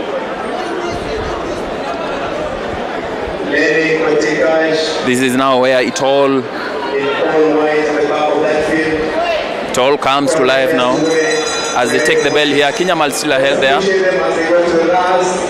With Koitatoi Kidali just running on Kinyamal's shoulder. You can see Ferguson Rotich settling there in third. He loves running from that position. Kinyamal and Kidali there starting to stretch the field there. Ferguson Kiprotich drops there to third and on to fourth now. It's the last 200 meters as they take the bend here. You can see the grimacing face here of Koitalel Kidali. Can he hold on? Kinyamal there rocking his head as Alan Kipyego, who is going to be Kinyamal wins it here for police. Kinyamal wins it here for police. Ferguson Kiprotich dropped way back. One of the favorites for this. Kinyamal wins it in 1 minute 56 to mark the end of the first semi-final of the men's 800 meters. As we go into the second heat, which I will be sharing with you the start list for that as well. I'm sure Kiprotich will be disappointed by his placing here. He just never looked like he was in it. Kiprotich right there on your photo looks extremely disappointed. He dropped way back there. There's no way he was going to challenge the winner here, Wycliffe Kinyamal.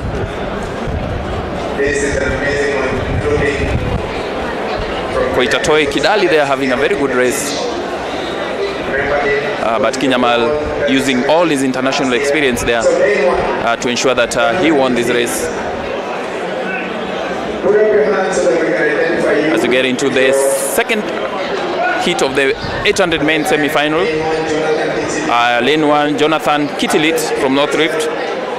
From Eldoret is Alfred Kipteter, Sabania Kiprotich Rotich in lane 3, Aaron Kemei from Nairobi lane 4, Alex Ngeno Kipngetich from Prison lane 5, Kelvin Kimutai from Iten lane 6, and Kelvin Kimutai Koech in lane 7, Nicholas Kebene, one of the favorites for this race, in lane 8, and John Lokibe Taban in lane 8. It's the second heat of the men's 800 meters semi-final. Of course, and away we go. 2 laps. Look out for Kelvin Kimutai and Nicholas Kebene.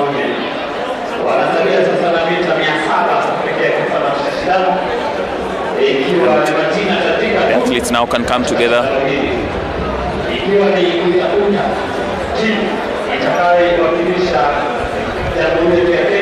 Aaron Kemei there, the man, the lanky figure of Aaron Kemei from Nairobi leading here. Kelvin Kimutai just running there on his shoulder. As Sabania Kiprono Rotich also comes into the picture as they come into the line and they take the bell. Take the bell, which means they are coming to finish this. Still very strong running there. That's Sabania Rotich. Aaron Kemei there.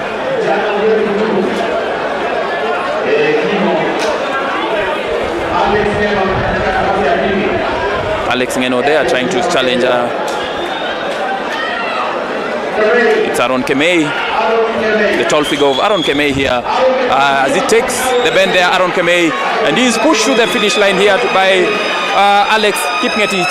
Kipngetich actually goes past Aaron Kemei and is going to win this.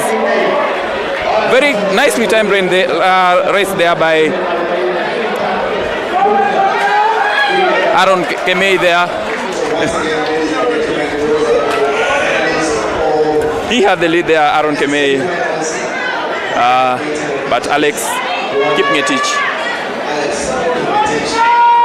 had the power really to get past Kemei in the last 20 meters and make this winning his own, and that marks the end of the men's 800 meters. You can see a very confident run there by all the athletes, but when the bell rang, that is where now the men are separated from the boys.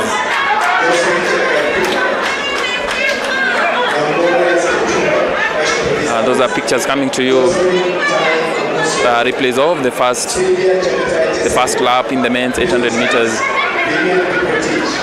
Aaron Kemei there was in control for much of the race, front running.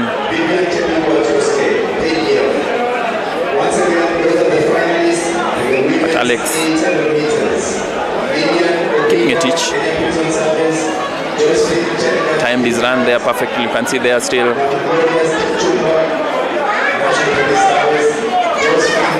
Aaron Kemei still leading there at the bend, with Alex Kipngetich just trailing him there in second place as they took the bend.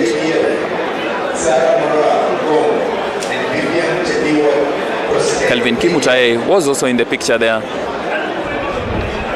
and so was Nicolas Kebene, but it always looked like it was going to be between Alex Kipngetich, and Alex does go past Aaron Kemei to win the men's 800 meters semi-final second hit. As we smoothly move forward with our program.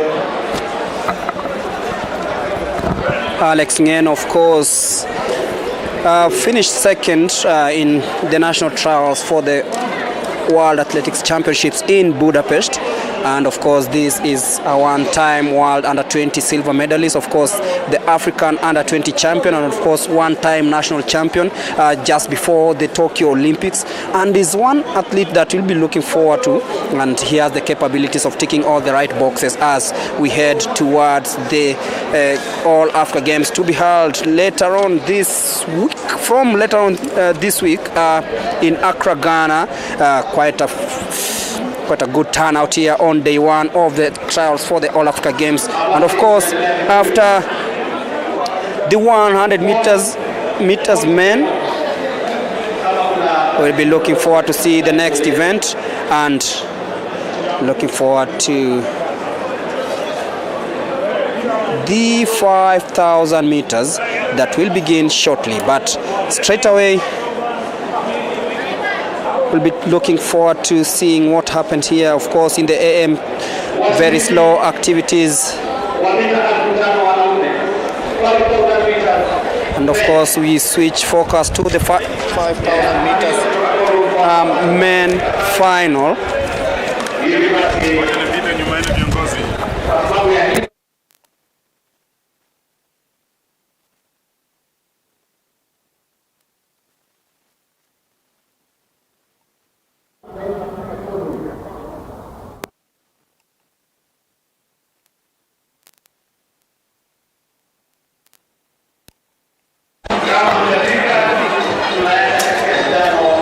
Getting ready for the men's 5,000 meters final.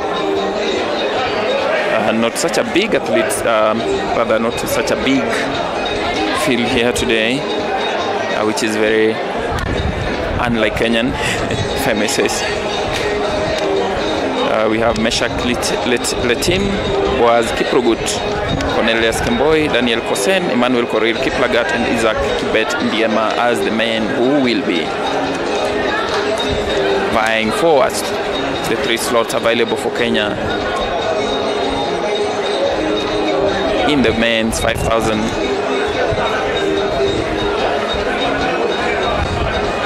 meters.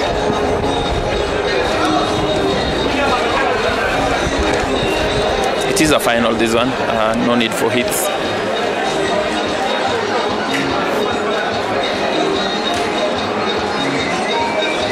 Of course, Kenya winning gold, silver and bronze in the previous edition in Morocco. Robert Kiprop winning gold, is Edward Zakayo getting the silver, and Richard Yato winning the bronze for Kenya in the previous edition.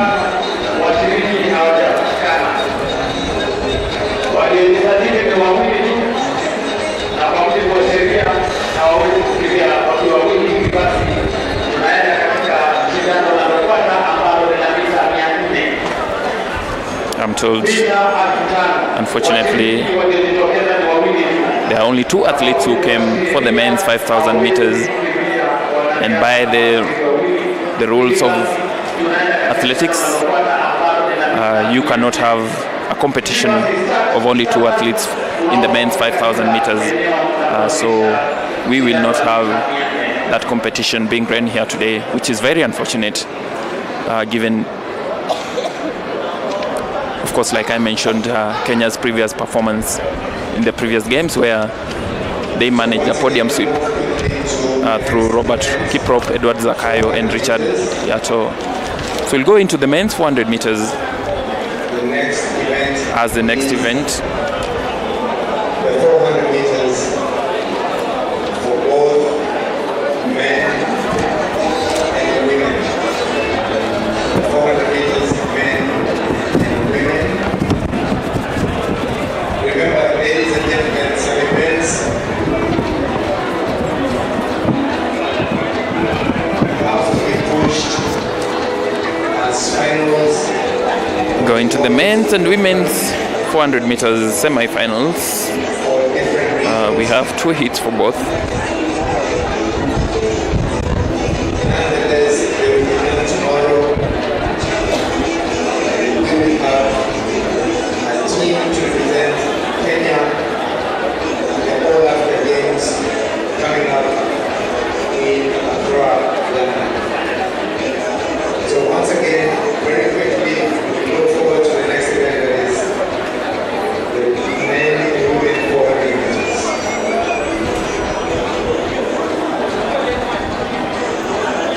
Of course, running in the women's 400 meters here today will be Mary Mora, the 800 meters specialist.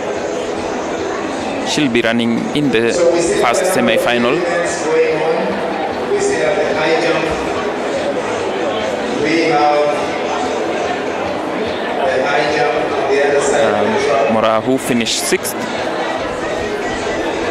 for Kenya in this We distance have the last event coming at the last edition in Rabat. Of course, she'll be looking to improve on that. Should she get the opportunity to go to Ghana.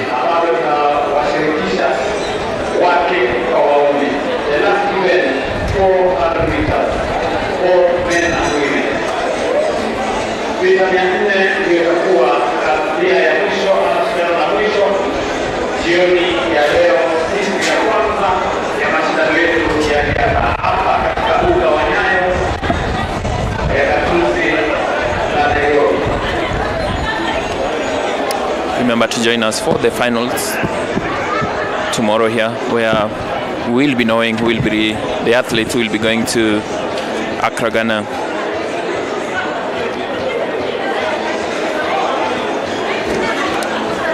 Tomorrow is the day of the finals.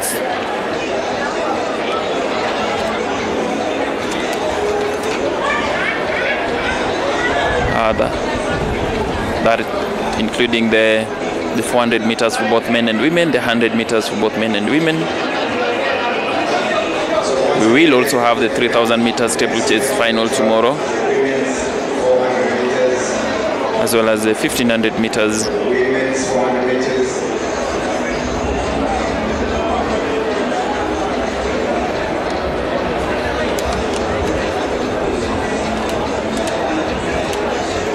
Women's 400 meters. As we wait for the women's 400 meters, which will As we appreciate the presence of men be the penultimate event of the day. coming in for the first semifinals, the women's 400 meters. There we see her leading the athletes coming in to line up for the 400 meters.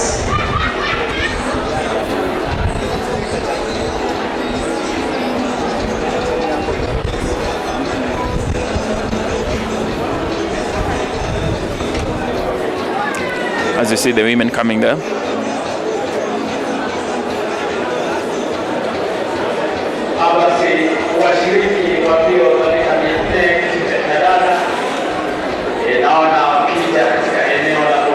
In your picture here, Mary Mora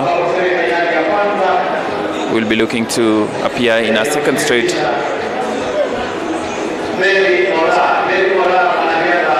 400 meters appearance at the African Games. She'll be running from lane number 5. So keep your eyes on her. Just one lap.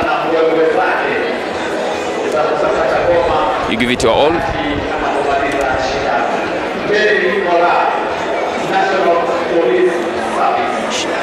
So, lane 2 there will be Nelly Chebichi from Eldoret. And then Police will be in lane 3, 4 and 5 with Joanne Cherono running in lane 3. Veronica Mutua in lane 4. Mary Mora in lane 5. Grace Kidake in lane 6 from the coast. Jacqueline Nanjala in lane 7 and Emma Wavinya from Nairobi in lane 8. Joan Cherono, Veronica Mutua, National Police Service, Mary Mora, National Police Service, Grace Kidake, Post, Jacqueline Nanjala, Emma Wavinya. That's the semifinals, the first semifinals of the women's 400 meters.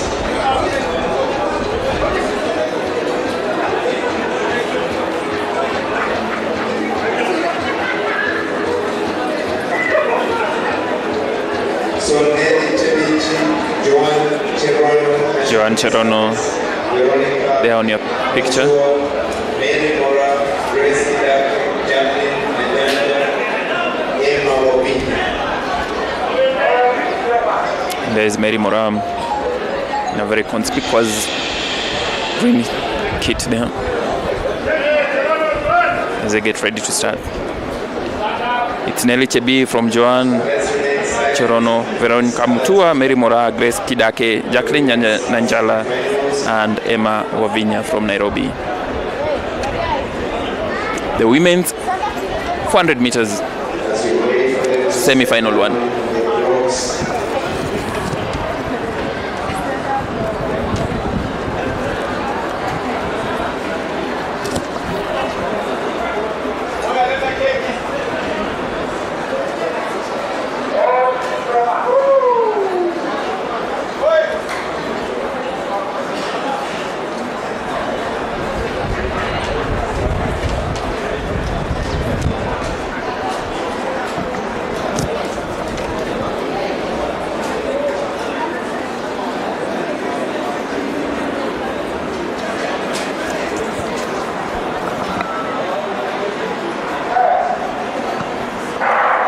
And away we go. So once again, ladies and gentlemen, that's the start of The women's 400 meters semi-final first 400 meters. heat.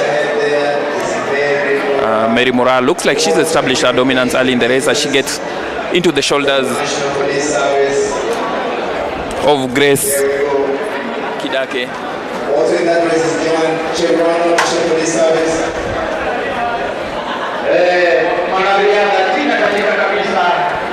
Mora here still leading from lane number 5. She pumps forward Mora. She takes the bend here. The African champion, head and shoulders above the rest. There was never really doubt as she gets into the last 50 meters here. She's pumping home. Mary Mora, head and shoulders above the rest. As Jacqueline Nanjala from Dura comes in second spot. And she gets a big hug there, Mary Mora. Very dominant race here from her.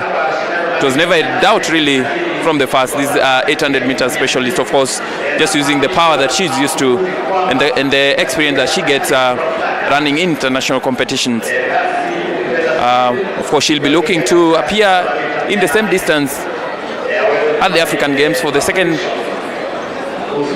edition running, and looking also to improve on her 6th place finish last time.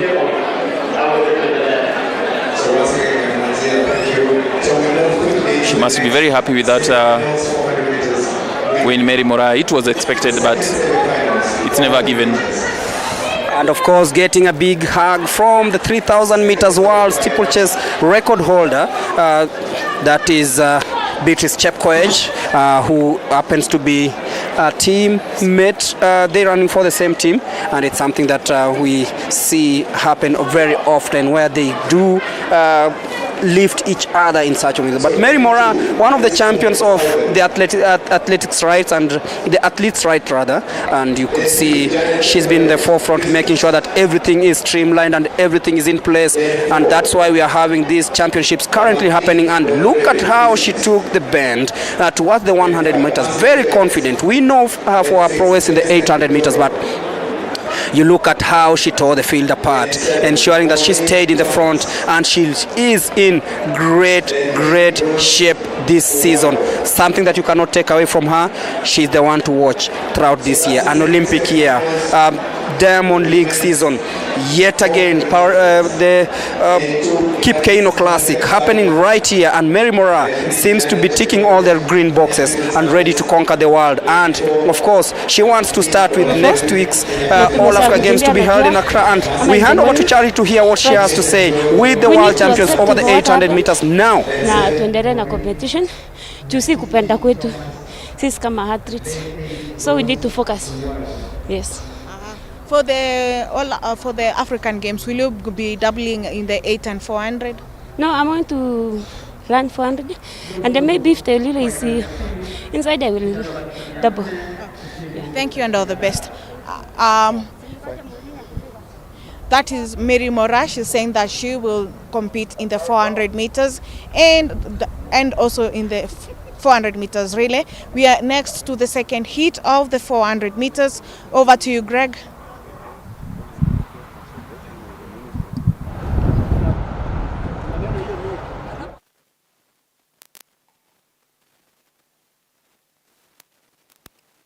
Of course, Charity, they are having a chat with Mary Mora, who's just obliterated the field to win the women's 400 meters semi-final one. She'll be looking to go into the African Games for the second edition running. As we get into the second heat, quickly to go through the lanes. Lane 1, Gladys Mumbe from Southern. Lane 2, Janet Chepkoech from Prisons. Lane 3, Damaslin Bonareri from Prisons. Mercy Jebet from Mercy Jebet in Lane 5. Millicent Doro, the favorite here in Lane 6. Maureen Nyatichi in Lane 7. And Rose Ihisa Uwaro in Lane 8. And away we go.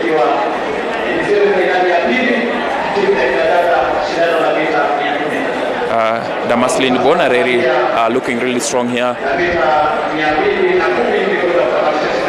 during the early stages of this race.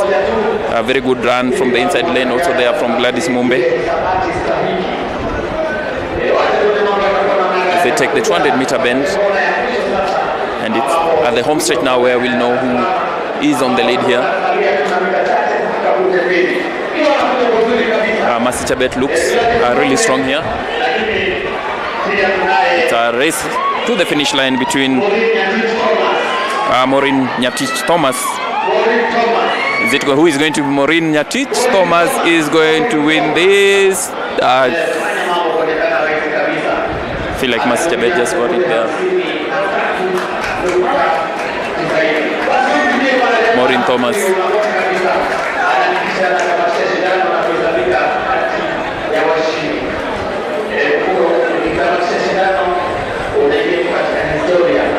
Maureen Thomas there wins this race from Police.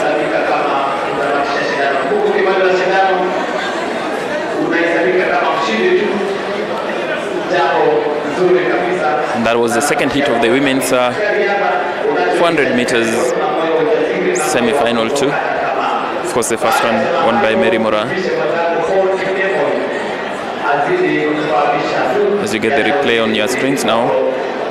So once again, we appreciate all the visitors who will come to support us in forming the Kenya national team to these All Africa Games starting. Mercy Chebet there looked like she had it in the bag. And tomorrow is but Maureen Thomas gritting her teeth, trying to find that extra stride to get past Mercy Chebet, and the two athletes are competing all the way to the finish line. And Maureen Thomas just about gets it with a very good dip in the line. Mercy Chebet should be happy with that. That event has been held here before in 1987. And of course, the finals for this competition will be run tomorrow, where Maureen Thomas and Mercy Chebet will be going head-to-head with Mora, who won. As you get to have a chat with Charity. This race is done there. How does it feel for you? I'm feeling great. Yeah. Preparations zako sahi ziko vipi? Unaona a possible chance of a medal? Yes. Kwa sababu train at least I'm coming up. Yeah. That is wonderful for you, and all the best. Thank you. We have some breaking news from Athletics Kenya. They have said that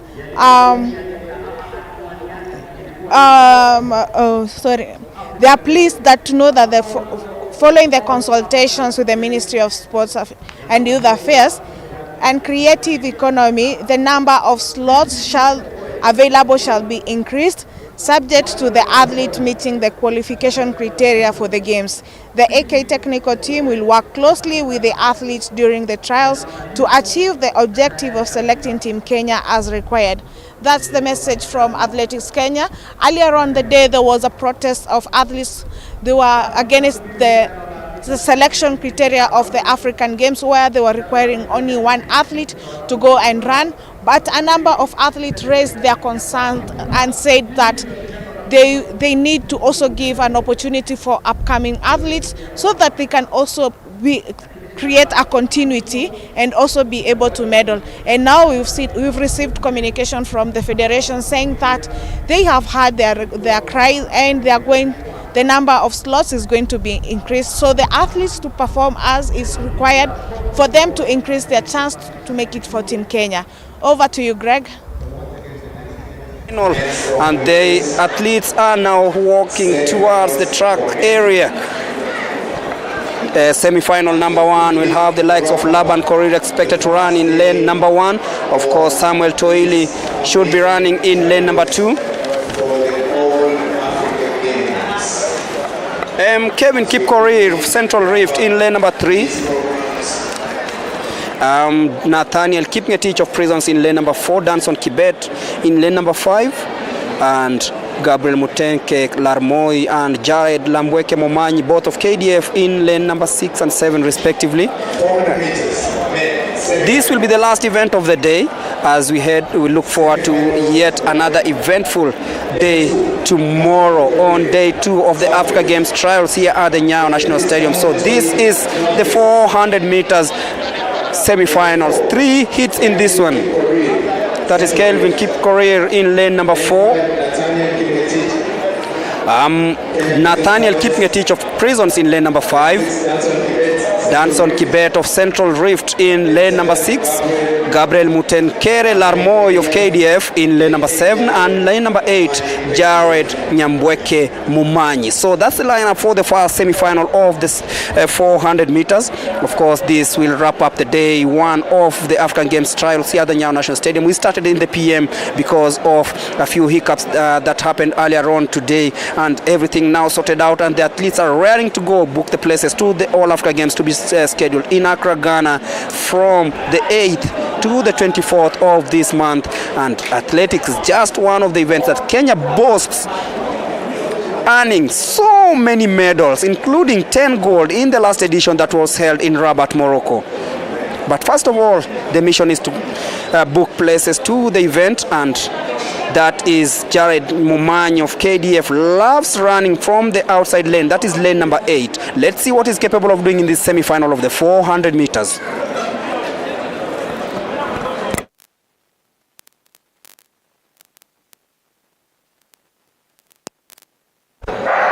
And off they go smoothly. Jared Mumanyi off the blocks and taking those long strides. But then look out for Nathaniel Kipngetich of Prisons in lane number 5. Streaming really well. That is the man to watch. Kelvin Kipkorir of Central Rift. That is Jared Mumanyi. Always loved taking those long strides from the 8th lane, and there he goes, still in the lead. But then watch out for Nathaniel Kipngetich.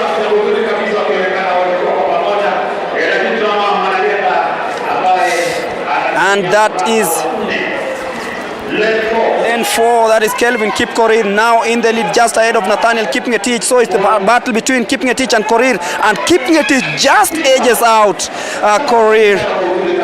Kipkorir to win that one in a time of 46.67 seconds.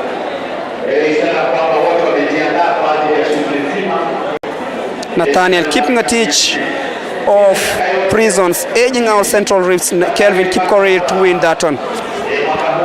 Yeah, Jared Mumanyi had a very blistering start there on the outside lane, on lane 8, but it always looked like it was a bit of a misjudged race as he ran out of gas as he took the bend. And of course Kevin Kipkorir and Nathaniel Kipngetich battling it out there for the first and second spot.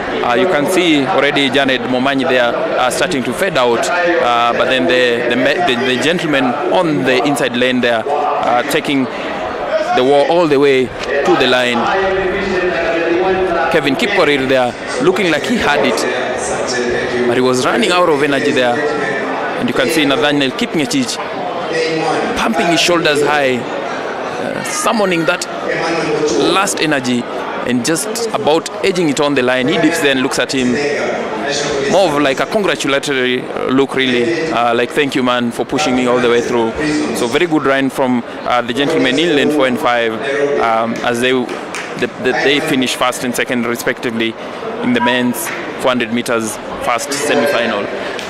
And over to the second semi-final,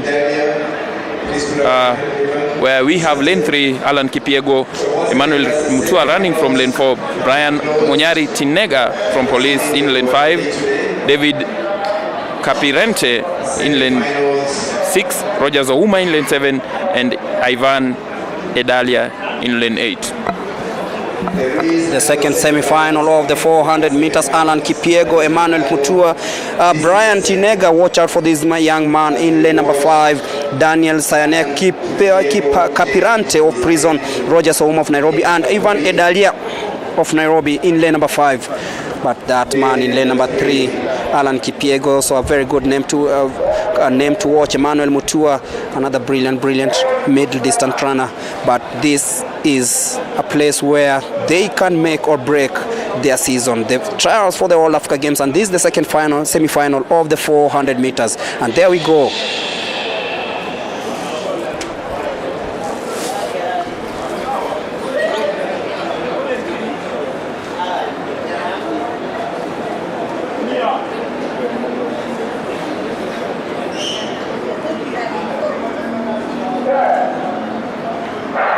and nicely they get off the blocks in the 400 meter semi-final number 2, and straight away watch out for David Sayane-Kapirante of Prisons in lane number 6, coming in really strongly, and Brian Tinega of Police also very strong in contention for this one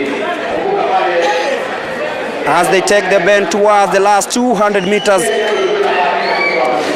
Brian Tinega, David Kapante, Emmanuel Mutua all fighting out for this one, but also watch out for Emmanuel Mutua coming in very smoothly in lane number 1. Alan Kipiego trying so hard to stay in the lead, but then in lane number 6, David Kapirante coming in smoothly.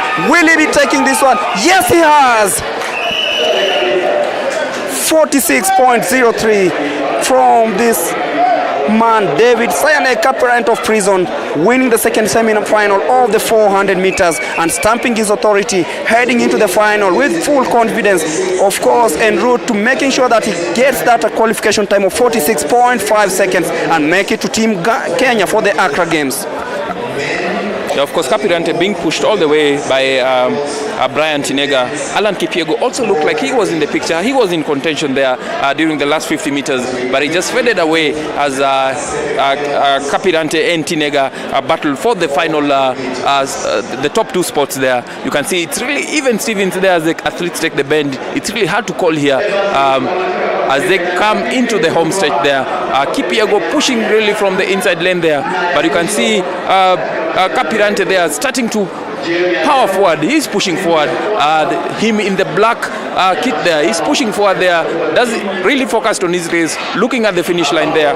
Tinega tries to give up a challenge then. Kipiego also coming in from the inside lane, but Kapirante had it all and he cruises home to win the men's, the second heat of the men's 400 meter semi-final. Emmanuel Mutua also trying so hard, coming in second, just ahead of George. Emmanuel Mutua just coming ahead of Roger Souma to win that one. That's the second semi-final of the 400 meters, and into the last one, the third semi-final of the 400 meters. Kulwar Liam in lane number 2, Joshua Ndombi of KDF, another man to watch in this one. In lane number 3, Kennedy Kimeu Muthoki of Ngong. In lane number 4, Kelvin Kiprotich Tonui, another brilliant middle distance runner. In lane number 5, George Mutinda of the Universities. In lane number 6, Erastus Mbaluka of GSU. In lane number 7, and lastly, Gilbert Nyamau of Prisons, also seeking qualification to the All Africa Games to be held in Ghana.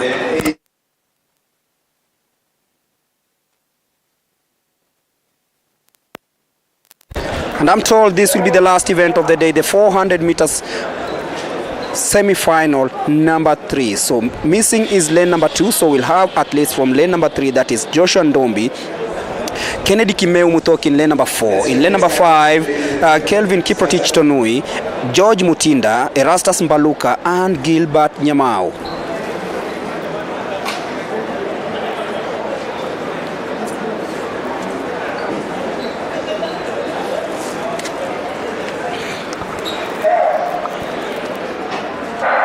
And the third semi-final of the 400 meters gets underway here, and look out for this young man, Kelvin Kiprotich Tonui, in lane number 5, trying so hard to make sure that he shows the rest of the field what is made of. But George Mutinda also coming in smoothly, but it is Erastus Mbaluka trying so hard, but then Kelvin Kiprotich coming in strongly, but then it is still close.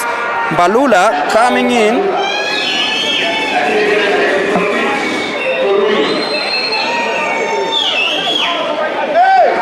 And that is Kennedy Kimeu. He'll be coming home. Kennedy Kimeu Muthoki steaming away, and he'll be winning this one. 45.86.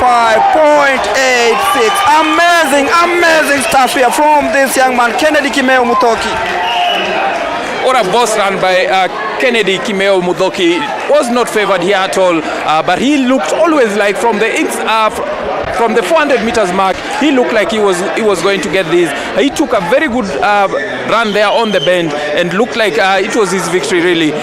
Very good run here from Kennedy Mudhoki, beating a very, very strong field that had the likes of Joshua Ndombu, a very experienced runner in this competition, and of course also had the likes of Erastus Mbaluka, who are known in this distance. He's really not in the picture there, but he's pushing forward as he comes into the shoulders there of Kennedy, of Joshua Ndombu. He's pushing forward at this point in time. Not much will separate the athletes, but you can see Kennedy Kimeo Mudhoki pumping forward there as they take the bend in the 200 meters distance there. Still too close to call here, but you see athletes like Rastas Mbaluka and Gilbert Nyamau struggling really there on the outside lane, but Mudhoku does look very comfortable as he navigates that bend, looking very comfortable if you ask me, and into the 100 meters he goes, pushing forward, pumping forward. Very beautiful strides. Look at him go. Look at the athletes behind him grimacing there inside Joshua Ndombu and Kelvin Tonui. Easy victory here. He really worked on this from the very beginning, and he wins this very easily. Mr. Kennedy Mudhoku. Expect plenty of action on day 2 of the trials for the All Africa Games, including the 1,500 meters, both men and women, the 200 meters men and women final, of course the javelin, the 400 meters men final, the 400 meters men, and of course the 5,000 meters. So plenty of action tomorrow. It's been an eventful afternoon here in Nairobi at the Nyayo National Stadium as we brought to you the first day of the 400 meters. But before we go, of course, Kimeo is talking to Charity, and let's see how my reaction is very poor. I was working mostly in my reaction and the running style. Yeah. So where do you train at? Most of my time I train in Gong, but I went for Botswana for more reaction, for more training. Yeah. And so you feel like, is it working out well for you? Yeah, it's working, very working. Yeah, I thank my coach Doz and Coach Nyarunda. Yeah.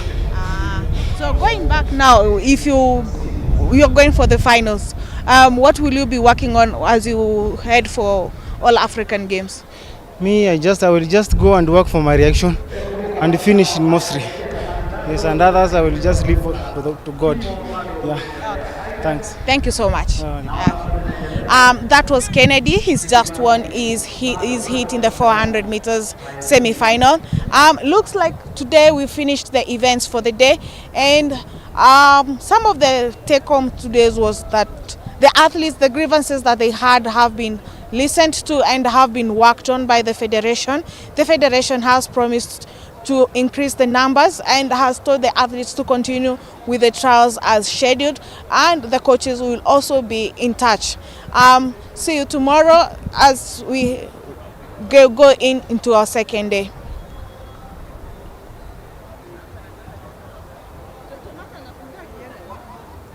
To Kimeu Mudhoka, the winner of the 400 meter semi-final number 2, and of course it's been a very eventful day today here at the Nyayo National Stadium. We didn't start really well in the AM, nothing much to talk about, but then action started just after 2 p.m. where we brought you plenty of action, including the 100 meters and the 200 meters heats. That is the semi-final. We went on to see who will make it to the 10,000 meters women final, and of course plenty of action, finishing with the 400 meters that is the semi-final for both men and women. And of course, Steve, you've witnessed everything that happened here, and of course you have a story to tell heading into tomorrow.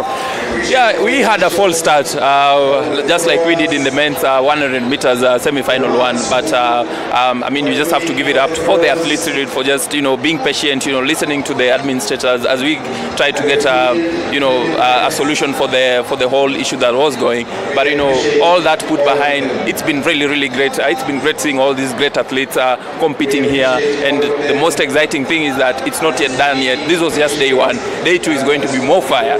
Of course, you're talking about more fire on day 2 and expect plenty of action, including the 20-kilometer walk earlier on in the morning, because 2 gold from the last edition that was held in Rabat were won by Kenya in the 20-kilometer walk race, and that means that tomorrow we'll be witnessing to see who takes part in the final list, rather who makes it to the final list of the All Africa Games that begin on Friday the 8th in Accra, Ghana. Still many events to come, including the steeplechase, and of course we'll be bringing for you every bit of action here through the social media pages, the Barnaba the Athletics Kenya social media pages on YouTube. Also find us and also, of course, share and comment everything that is happening here. But for us, it's all about giving you the best piece of action tomorrow on day 2 of this All Africa Games, and we'll be here in the morning to see that, to make sure that everything that we were talking about goes on smoothly. Of course, it wasn't a very eventful first day, but then we saw in the PM everything happened well, and of course tomorrow we shall have things happening fast and furious. And on behalf of the rest of the crew, giving you bye-bye from the Nyayo National Stadium. Have a lovely evening and see you tomorrow.